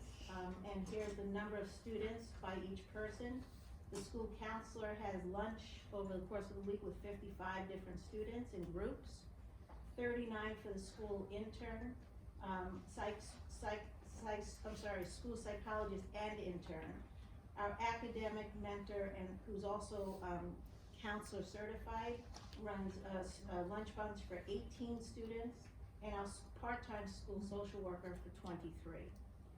Then we have what we call drop-ins, and these are students who access the counseling office on an as-needed basis, and they're not technically scheduled into a counselor's day. The school counselor had 102 drop-ins. This is the data as of January 17th. The school psychologist and her intern had 193 drop-ins since the beginning of the school year. 52 for our academic mentor and 15 for our part-time social worker. On the next page we describe, but don't go there just yet, Annie, the differences between very high intensity cases and high intensity cases. So board members, if you could just turn the page, and Annie, if you could just turn the page on yours. The drop-in students constitute mediations if students are having some difficulties with each other. The school counselor or someone else in that office will do mediations between two students to help them understand how to do conflict resolution, how to agree to be in each other's presence, and make some agreements. Students self-advocate for support. They just come into the office. Sometimes, a lot of times, we get parent calls or requests for our counseling department to see a student. Students are sent from class by staff for different supports that they need. And the drop-in numbers that I just described on the previous page includes our intern who is doing a large number of those drop-ins. Very high intensity cases are students who require more than 5 hours per week of support from one of these people. And high intensity includes students who require non-scheduled support multiple times a week. So they're just really having difficulty in various situations throughout the day and need some support. On the next page, Annie. This is a 3-year analysis that we've done, and this is alarming for us, hence the need for the people that we have who are supporting our students in very capable way, I will say, in the SPED department. Jen and Kara and Andy and I are on phone constantly. I find them, I track them down in Easton and Reading, sometimes when we have to discuss some of these needs. But overall, in the past 3 years, we see an increasing trend in diagnosed anxieties. We have an increasing trend in suicide/risk assessments, and that's usually in the form of a student who does some writing and indicates that they want to hurt themselves. We have protocols that we have to follow to make sure that, to assess the risk. And then as a result, we are obligated to call 211, which is a crisis management call to the State Department, and they send someone to our school usually within the hour to help us assess the student. That has been stable, approximately almost one every year. DCF calls are increasing for our school, and hospitalizations of students, sadly, is increasing as well over the last 3 years. The next is not something anyone can read, except for you should have this chart in your hand. This is a snapshot I want to show you. I asked each of these people to document for me a sample day out of their calendar. This is a snapshot of just our school counselor and what she did do on a given week from the beginning of the day till the end. On here, because you can't read it, for the school counselor, it varies, but it's these drop-ins, it's 504 meetings, it's risk assessments, it's student lunch bunches, it's supervising student conflicts. It goes on and on and on. The next schedule for our board, go ahead. Do any of them do PPTs? We're gonna get to our, psychologist, and depending on the PPT in question, if one of the other counselors are helping that student, they'll join the PPT conversation, they'll be invited. It's dependent. Mm-hmm. The next schedule is for our academic mentor slash, who's also, I said, qualified as a counselor. That person and the school counselor have two very separate roles in our school.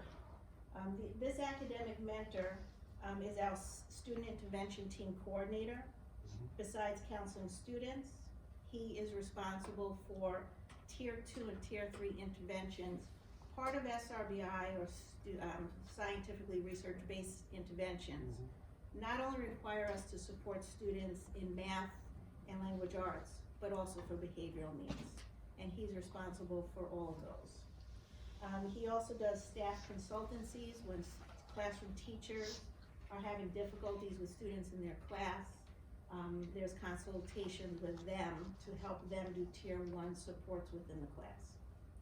And finally, he pulls together all the data that we use when we have data cycles for teachers, as well as what we call a Delta data team, when Annie and I sit in and look macro at all the students and their data on a continuous basis to see what supports we can provide. The next person, snapshot, is our school psychologist.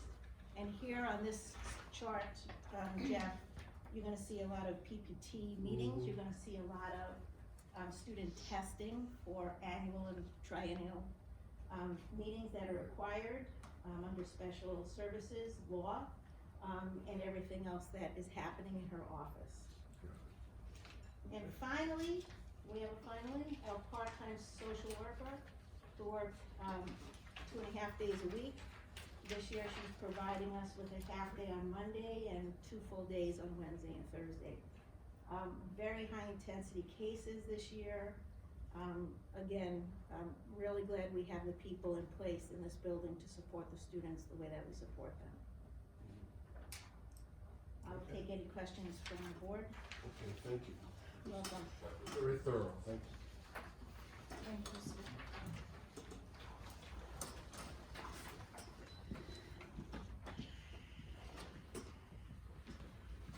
Okay. Any questions for Sue?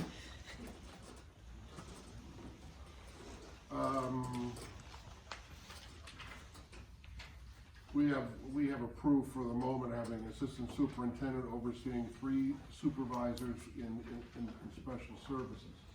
Using that same approach, what would the ramifications be of one principal overseeing 2 schools?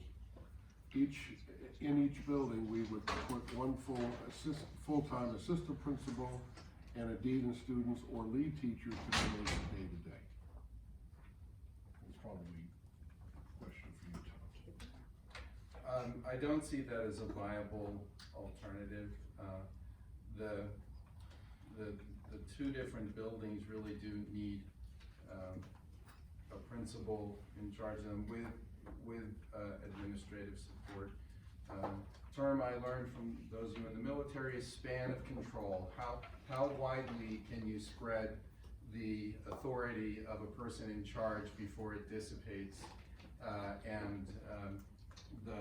The role of the principal is so vital that I think if we were to say, let's just have one principal for the 2 buildings, you would not get the full 50% that they'd be running back and forth all the time. In fact, we have a good model for that before we stabilized special ed, and we had the 1 supervisor and the one director. The emergency was always where they weren't.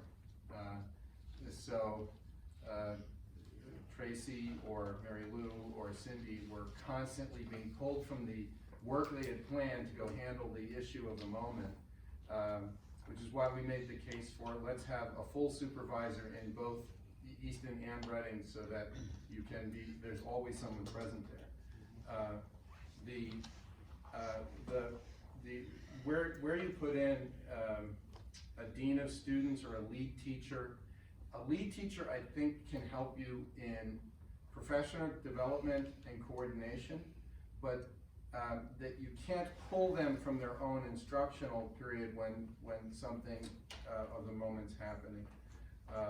So I don't see this as a really viable alternative, but I'm delighted to see what Ms. Fox has. I think the ramifications would be significant.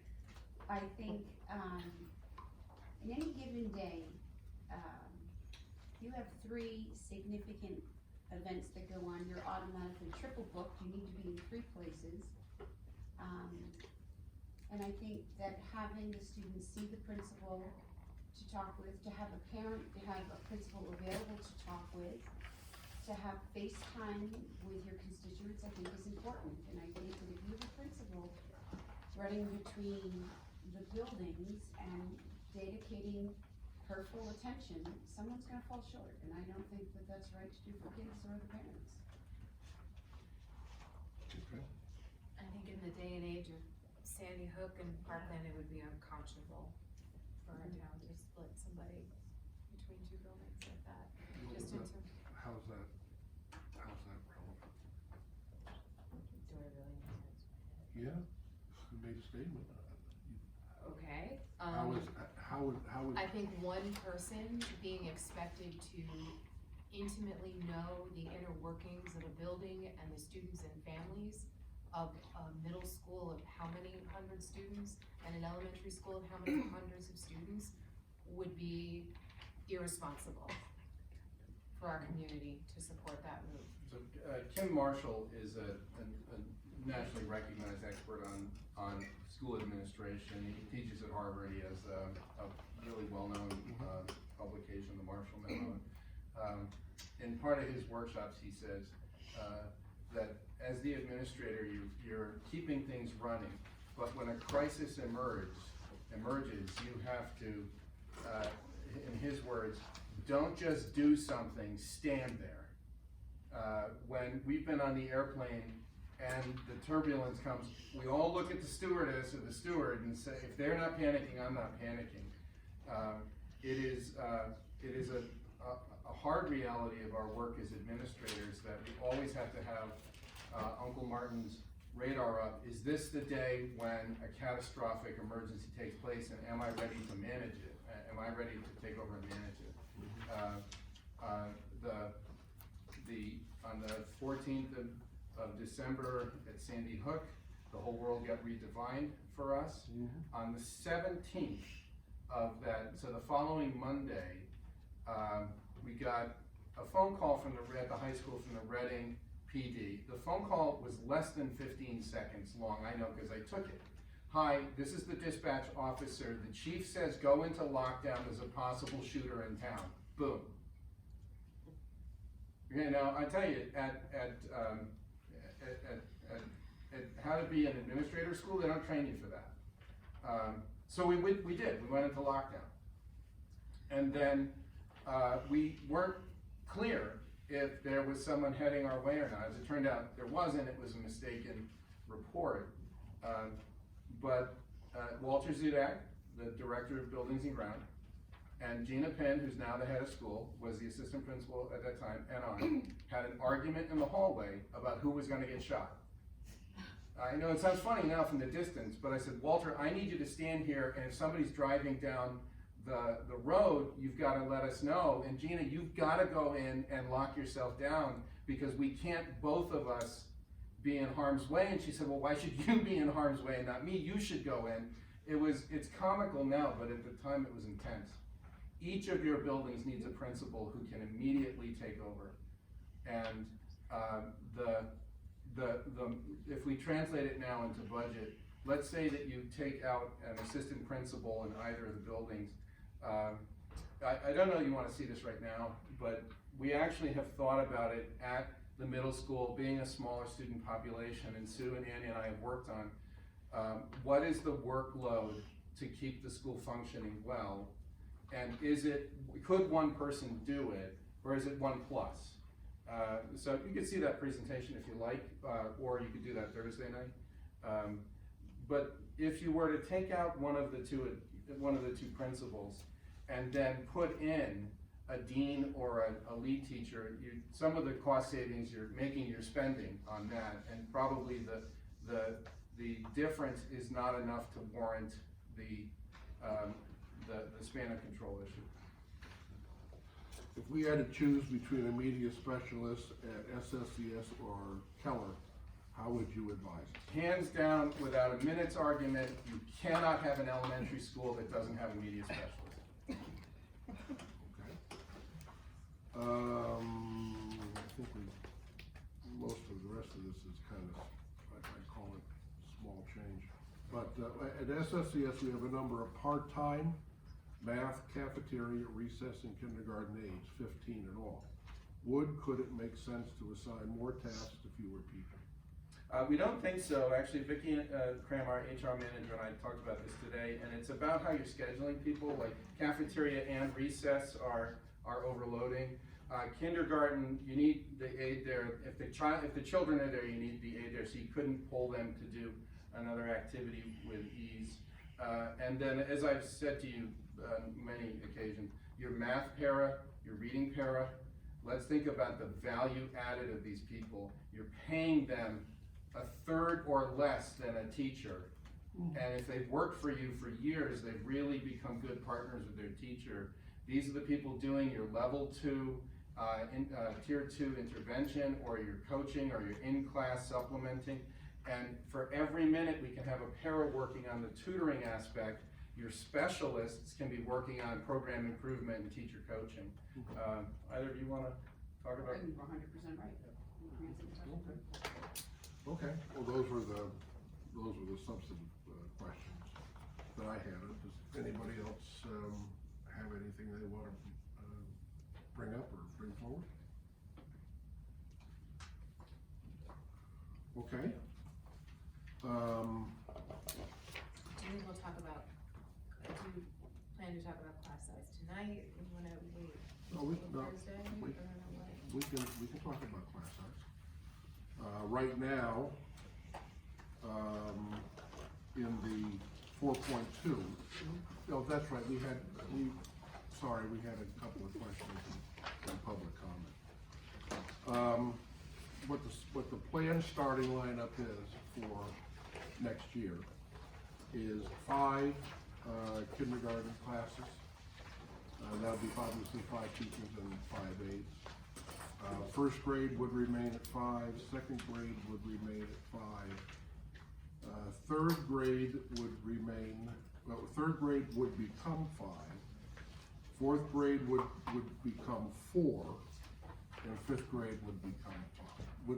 Fifth grade would stay at 5. So you have, in addition, the net effect is we're going from 1, 2, 3, 4, 5, 6. Out of the 6 grades, it was 4 and 2, 4 with 5, and 2 with 4. And according to the budget that we have talked about to date, that increases by 1. The net increase is 1 from 4 and 2 to 5 and 1. It basically restores kindergarten, adds the para to go along with the kindergarten. Right. And the small current 3rd grade class is sort of, it's like a reduction will follow with them. Right. And then the 3rd grade class currently has 81 students. That has 4 sections. That will become the 4th grade with 4 sections. And then if the number stays the same, I could see that it would ultimately be 4 sections for 5th grade. But every other grouping would be 5. I'm going to invoke the testosterone rule. Every man in the room used to be a 4th grade boy. So I love being a 4th grade boy, and I love 4th grade boys.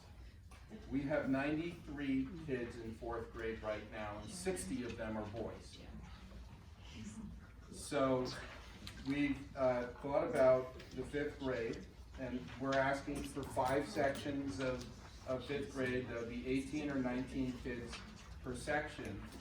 If we were to pull a teacher out of 5th grade, we'd go to 4 sections of 23, 24, and each of those 4 sections would have 15 boys and 6 or 7 girls. So we think the 5th grade, the 5 sections there is a good balance, and as I say, I'm speaking of my own kind here. In the other areas, what did you get the handout just now? I have it.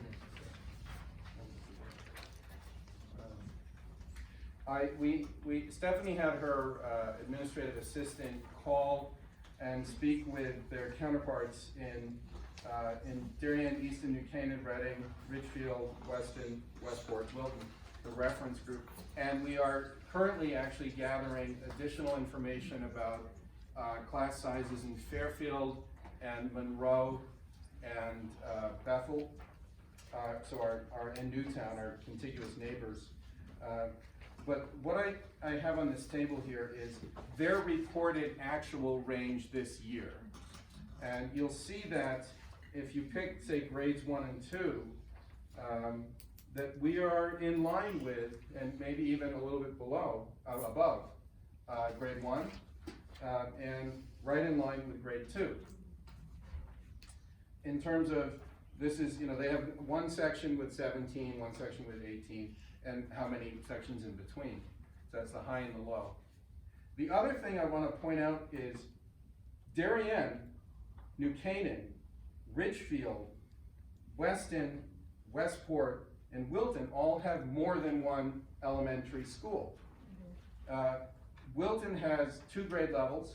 They have, I forget where they break it out, so it's like K3 and they do 4. a pre-K2, yep. And they do a 3, 4, 5. Right, and then in Weston, you also have Hurlbut is K2, and then there's the intermediate. 3, 5. Right. So I think that it's relevant in that the district in Ridgefield has 6 elementary schools. So when they get a directive from their board, make your class sizes X to Y, they can redistrict. Move a couple of streets from this elementary school to that elementary school, have a little war, resolve it, and go on. You're going to school next year. You used to go, but we can't do that, and Reading can't do that, because you only have the X number of kids in grade 4. So your choice is, do you go 3 sections, 4 sections, 5 sections?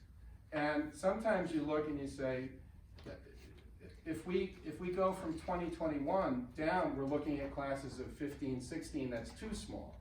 So sometimes you'll say, we can't go there. But other places, as you see here, we're trying to keep you in the high teens, so that that contact time is better than if you had, say, 20, 22, 23 kids. And Kim laid out for the board at the last meeting some of the implications of small group contact time. How much direct time do I get with the teacher? I don't know if you need to go there. I actually calculated time, which I think is a nice layer. If you wanna. Would you mind? No? Okay. I'm obviously trying to make the case that I think those 5 sections are worth it.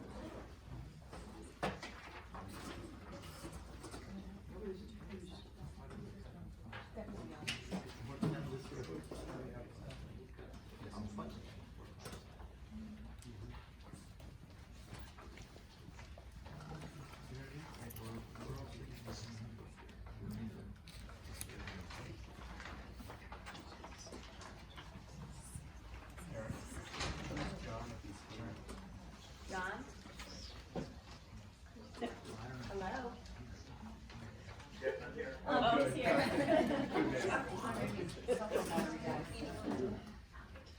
What I have in front of you, in the upper left-hand corner, is the current enrollment at St. Staples, the 1920 school year. So you heard Dr. Moran reference earlier, or maybe it was Dr. Parker a little while ago, there's 81 kids in 3rd grade, There are 4 sections in 3rd grade, and I break out for you how many students are in each of those 4 classes. To the right of that box is the historical review. Each year, the Board of Ed, the Board of Finance is working with the numbers that we have at that time. The budget approves with whatever it is that we projected, or whatever it is that we proposed. 4 sections or 5 sections of various grade levels. But the very next day, after the budget passes, things happen. People move in or people withdraw. So my job is to track it from the day after the budget is approved, throughout the summer, throughout the school year. Because you've left in May thinking that number is fixed, but we forget that kids are adding by moving in or withdrawing by moving out. So what I'm tracking for you in the right-hand box is how many students are moving into town, and those are pluses, and how many kids are moving out, and that's a minus. The number before the / is the number we've approved at the referendum. So in 1st grade, in 2008-09, we ended the year thinking we were gonna have 122 1st graders. 12 moved in, 11 moved out. But the delta is we were on the plus side. So each box, as you go down the entire 1st grade column, from 2008-09 school year to current, I've highlighted in yellow when we ended up getting more kids in 1st grade than we did kids who withdrew. So you'll see, with the exception of the 1 year, this 15-16 school year, we always ended up getting more 1st graders. So now that you know that, you know how to read 2nd grade, 3rd grade, 4th grade, 5th grade. It's not uncommon for a family to make the decision to move into Easton in the 5th grade year because they want their kids to make connections with other kids before they move into the middle school model where they're changing classes every 43 minutes. They want them to have some friends.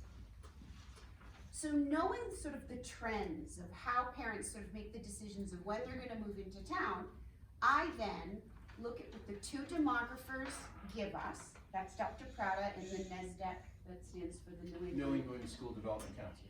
There you go. So now I want you to look at the bottom box. And in the bottom box, you'll see the 2 projections that we received in the early fall.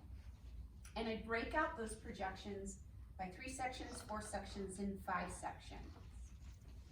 I also look at what the trends are.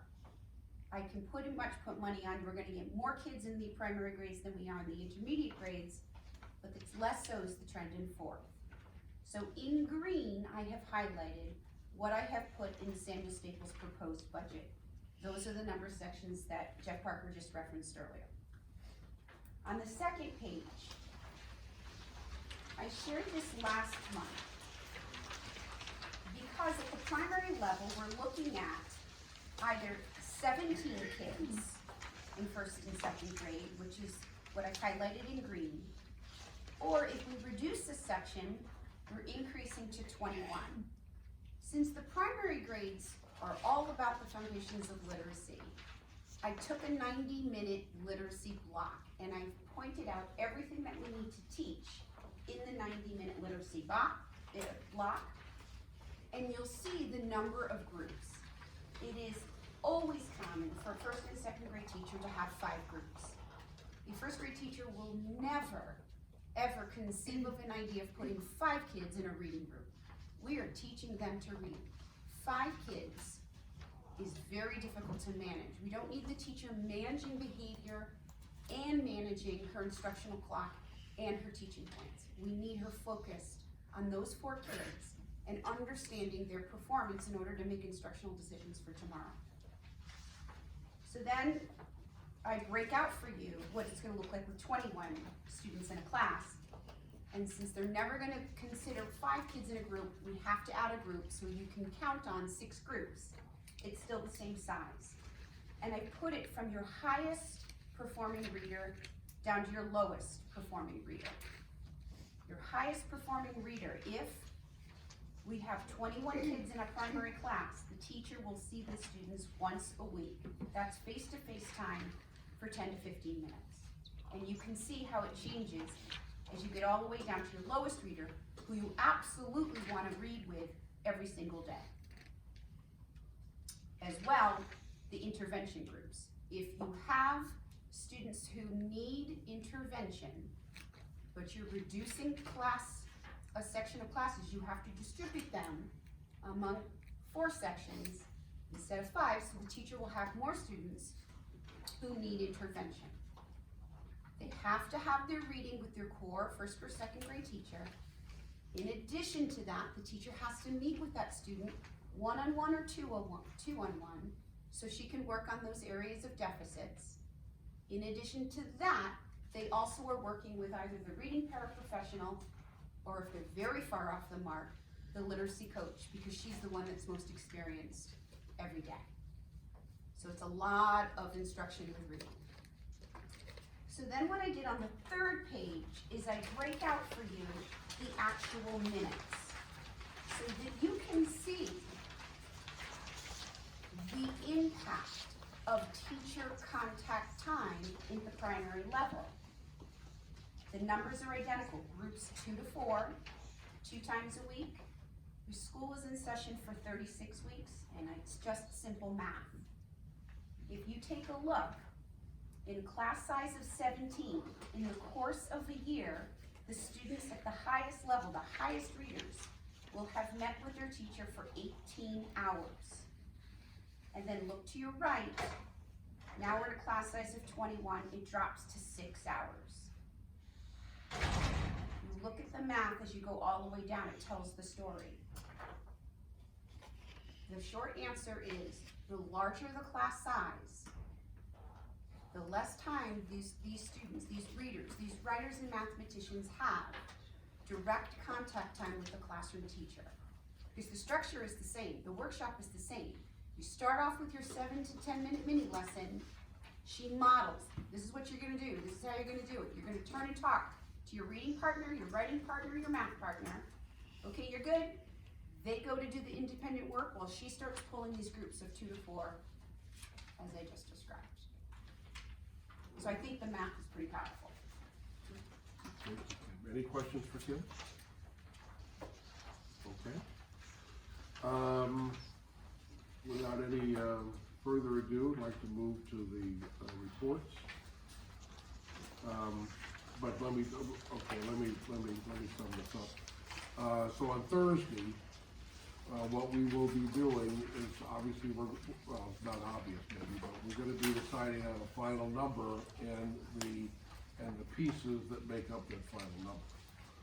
And part of that discussion will center around what Jen brought to us today with the Junior Bridges program, and also further discussion about items that we might want to consider either again putting back into the budget, like discrete math, or that things that we feel like we don't need and we can take those things out. So that'll happen on Thursday, and we'll walk away from the end of the night with a budget that we'll then bring to the Board of Finance meeting, which again is on Wednesday, May. Be there for that Wednesday, March the 4th. Okay, reports, district administrative reports, I think. I think you've heard it. I think we've covered it, right? And so Tom, I just look at you if you have anything for us. Have you heard some stuff earlier? Yeah, obviously we can't give you Scott's update. Okay, we're good. All right. Board of Education committee reports. Jen, you want to talk about your communication committee? Sure. John and I have been working on, we didn't bring it with us tonight, with John not being here. I think we'll probably aim to present it at the March meeting. But we basically took a look at the charge of the committee and some of our goals and things that we'd like to accomplish, and we looked at the Region 9 Communications Committee charge and really simplified it quite a bit for our purposes. We've been trying to post some basic things to the Facebook page and increase the number of followers there. Still hoping to eventually at some point have the same number that Reading does, well, town-to-town competition. We tabled the, you had, asked us about writing, possibly penning a letter to, Hartford, but we wanted to get some more feedback from possibly, Tom about the timing, to just gain a little bit more understanding of the timing and of the pressure involved in that, and would it possibly be prudent to maybe even do have a brief discussion, at a board meeting about that, gain a little bit more information before we actually went ahead with that. Very fine. That's pretty much it at this point. Okay. So any other committee meetings that have met between our last meeting and today? Okay. Move on to public comment. Any public comment? In the back? Oh, you first, okay. Yay. Hi, I'm Amy Zimma. I'm at 336 Silver Hill. I have a middle schooler in 7th grade and 2 elementary students. I have a 5th grader and a 1st grader this year, so soon we'll have 2 college students. So I think I'm a pretty good representation of some of the issues that are at hand when we look at class sizes, when we look at counselors in the middle school. Just want to share just a few things that I've experienced. My daughter came home last week, gave me an example of how important the counselor was to mediating an issue between her friends. Middle school is really tough, and I can't even imagine not having that counseling staff there for middle school girls. It's a really challenging time period, and her friend was able to go to the counselor, drop in, no appointment, and they know that's available. They know that's there for them, and that is just so crucial at that age. And they mediated an issue between girl issues that just needed an adult. They needed someone to help them through that. So that was just an example there. I have a 5th grader who has been through Spanish since she was in kindergarten. And I can tell you, I speak Spanish, I'm fluent in Spanish, and I can have a basic conversation with her. And it's incredible that she has that opportunity. So I've seen that happen. My 7th grader didn't have that. Thankfully, she's now in middle school, and I see her, picking up the language there as well. But I see the difference it's made for my younger daughter as well. Couple other things that I just wanted to say as well. My oldest daughter is an avid reader. She has not been able to get a book out of the library this year. I have to take her in my car to get library books. She has a 40-book challenge she has to do. And she has to come to me and say, Mom, I still need a nonfiction book, and I still need this book, and can you get this for me? She can't come here and get the books she needs to complete her schoolwork because the library is closed. She tells me half the time. I've heard 30% is the number. But she can't get in here. So, did you have... No, 30 seconds. Sorry. Okay, I'll go fast. Also, in the last thing too is I have a student with an IEP and I have a gifted student. And I have to say that one of the challenges, and I know you've all heard me say this before, is we don't do anything for our gifted students. And when you don't have teacher time for those gifted students, and they only get, I don't remember what the number was that you just said, the number of the hours that they end up getting are so minimal. They're bored, they're lost. We've told them that education doesn't matter, and they are our gifted students, and they have nothing. We've told them that education doesn't matter, that we as a town don't think that matters. And we don't have a gifted and talented program, so what do they have? We've given them nothing. Thank you. Thank you. Other, yes. I really don't like speaking to these. I just want to thank all of you for selecting, Stephanie Christie, Awesome Drive Extension. Thank you for selecting Jennifer, putting someone in permanently into the Director of Special Services role. We've been here for 6 years. I've got 2 kids who are in special ed. You cannot choose between children in crisis, whether that's emotional crisis or academic crisis, and class sizes vary easily. I have a nephew who is gifted. His parents have to look at educating him outside of his school district as well. These are very hard decisions.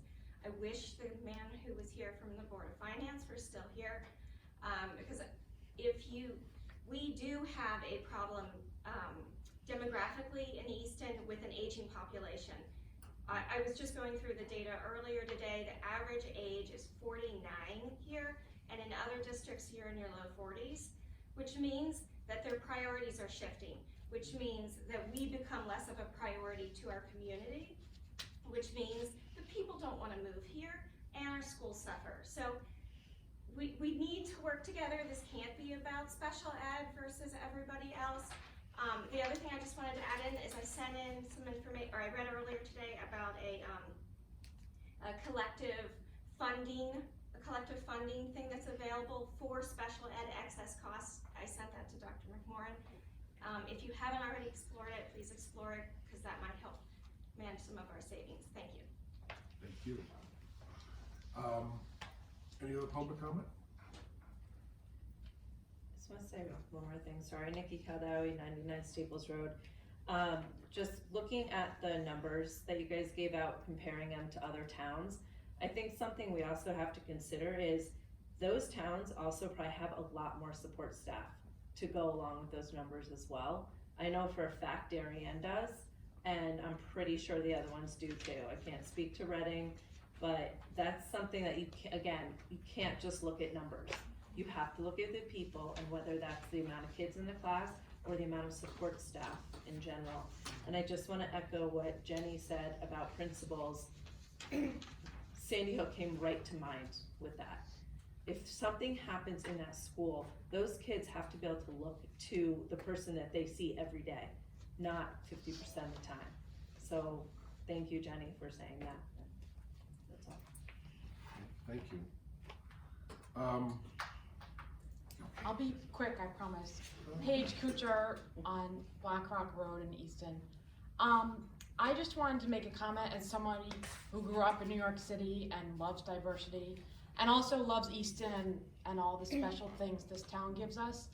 I love the fact that my son is getting Spanish class in kindergarten, and I think the point, not just about learning the language, but being exposed to that culture and learning about different countries in a language instruction classroom is really, really important, because I'm constantly finding ways to broaden my kids' cultural exposure and diversity of cultures and races and languages and all those things that are important for our world, for them to be worldly citizens. So I think the fact that he's getting it in his school, in our tiny, not so diverse town, to be honest, right, that I love, you know, but it's not perfect, is really important. So I think that that would do a lot, you know, maybe even to attract people to move here too, you know, to keep that kind of instruction and exposure for our kids. Thank you. Anyone else? Hi, Alyssa Colasar from Monroe. When the discussion was going on about the .5 social worker, I have significant concerns for that. I am in the behavioral health field, and the fact is that behavioral health issues among kids is increasing. And I do believe a lot of it has to do with early exposure to social media and the internet and a lot of things that their brains can't process. So I don't want to go off on that tangent. I have a practice in Southport. It's right in between all of Fairfield and Westport. And with my practice and all of my colleagues, we are completely full and inundated with kids that have a lot of behavioral health struggles. .5 social worker is completely inadequate, and I think that social workers and counselors need to be added. And the thought of getting rid of or reducing a principal is horrifying to me. I have been at SSES and I've seen Kim dismissing kids' car line, trying to put out sword fights with pencils in the front of the bus loop, hugging a kid who was really scared getting off the bus and going to school. I mean, that woman is always there, and Mr. Brownstein, Michael, is always there for all the meetings. He's always walking the hallways. He's always there when anyone needs support. I think that you cannot underestimate what these administrators do. And to be honest, they are with our kids more than we do a lot of the time. And if we're not noticing there's something wrong with our kid, they will. They will because they know our kids. And if you keep reducing this staff, we're gonna have way more problems, more DCF calls, more 2-on-1, more hospitalizations, more outplacement for students. It's just gonna get wildly out of control. We have to fix this now, and we have to add these people on now. We cannot get rid of anybody else. Thank you. Any other public comment? Just a question. I'm sorry, my name is Leopold Lindbaum, live at 11 Deepwood Road. I have 2 kids at Samuel Staple. Just to fill in some of these spots where it would be low cost, having universities around that might have kids who are studying to be teachers or anything like that, isn't that something where you could probably consider having volunteers or interns, kind of bringing those in more to, you know, you need somebody at the library to keep it open, or assist with a teacher somewhere, even if it's you know, dealing with psychology or anything else that comes into play. I'm just thinking that might be a suggestion. Thank you. Any other comments? Okay. Board member comments? Just again, thank you everyone for coming, and I know Thursday night or you may be away for a long weekend, but if you can make it, please try to make it there. And, thank you so much for coming and for staying so late. John? Nothing for me, Jeff, nothing. Okay. Randy? No. David? This ain't a lot of fun. And the questions that were asked and the discussions that have taken place, no one up here is advocating for any of these things, but a reality that is part of this process is we're going to end up going forth with a number and a percentage. Board of Finance has a much bigger pot to worry about. Ours is 17 million, they've got a $43 million budget. And as I said earlier, they can't overspend that. So they're gonna have some decisions to make. And if we do have to come back here and look at changing what we're ultimately gonna do for next year, I think it's wise to have some of these discussions up front, because we'd rather do it now. I'd rather do it now and give people time to think about it than we're at one meeting, it's the bottom of the 9th inning, there's gotta be X number of dollars cut, and stuff is getting thrown up against the wall, and you don't have the time to think about it that you need. So with that, we'll entertain a motion to adjourn. So moved. Oh, is there anything, Tom? Okay. Second? Okay. All in favor? All right. Okay.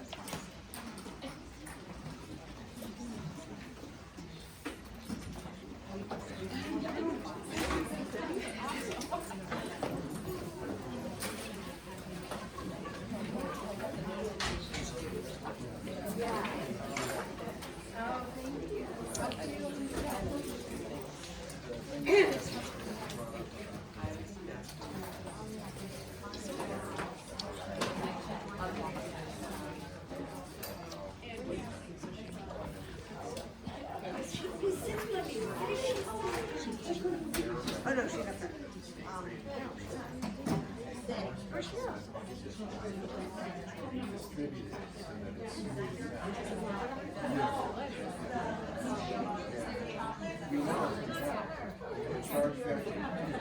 What's wrong with that?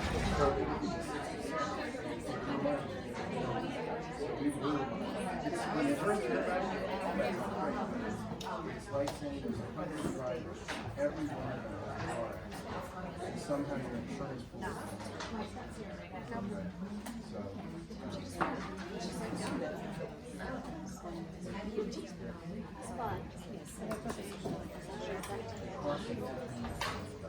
We were some charges.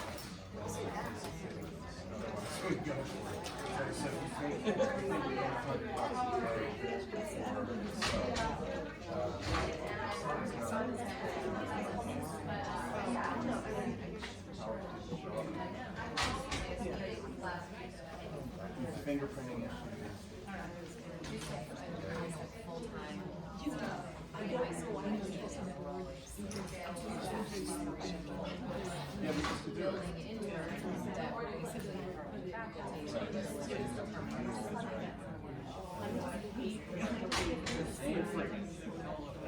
Well, I can post them, we haven't actually sent it out. I think we're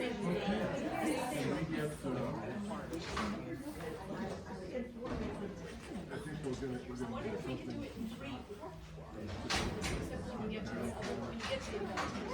something.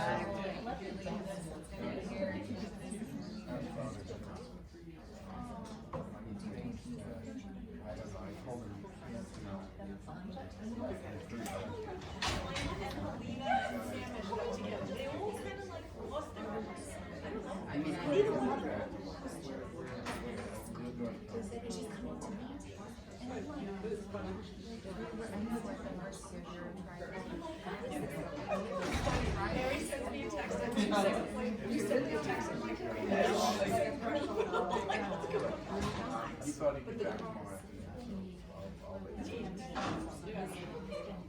See, it's so early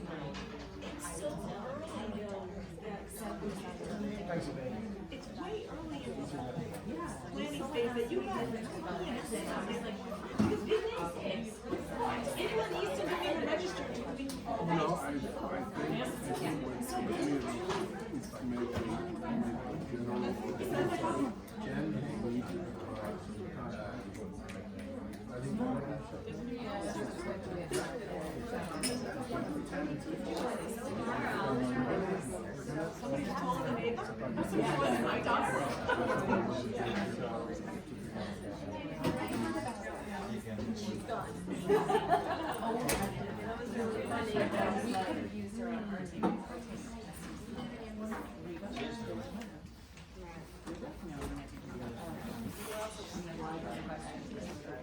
Jenny, do you need this stopped? Jenny? Turn it off? Yeah, I'm gonna. Is it off? Is it still going?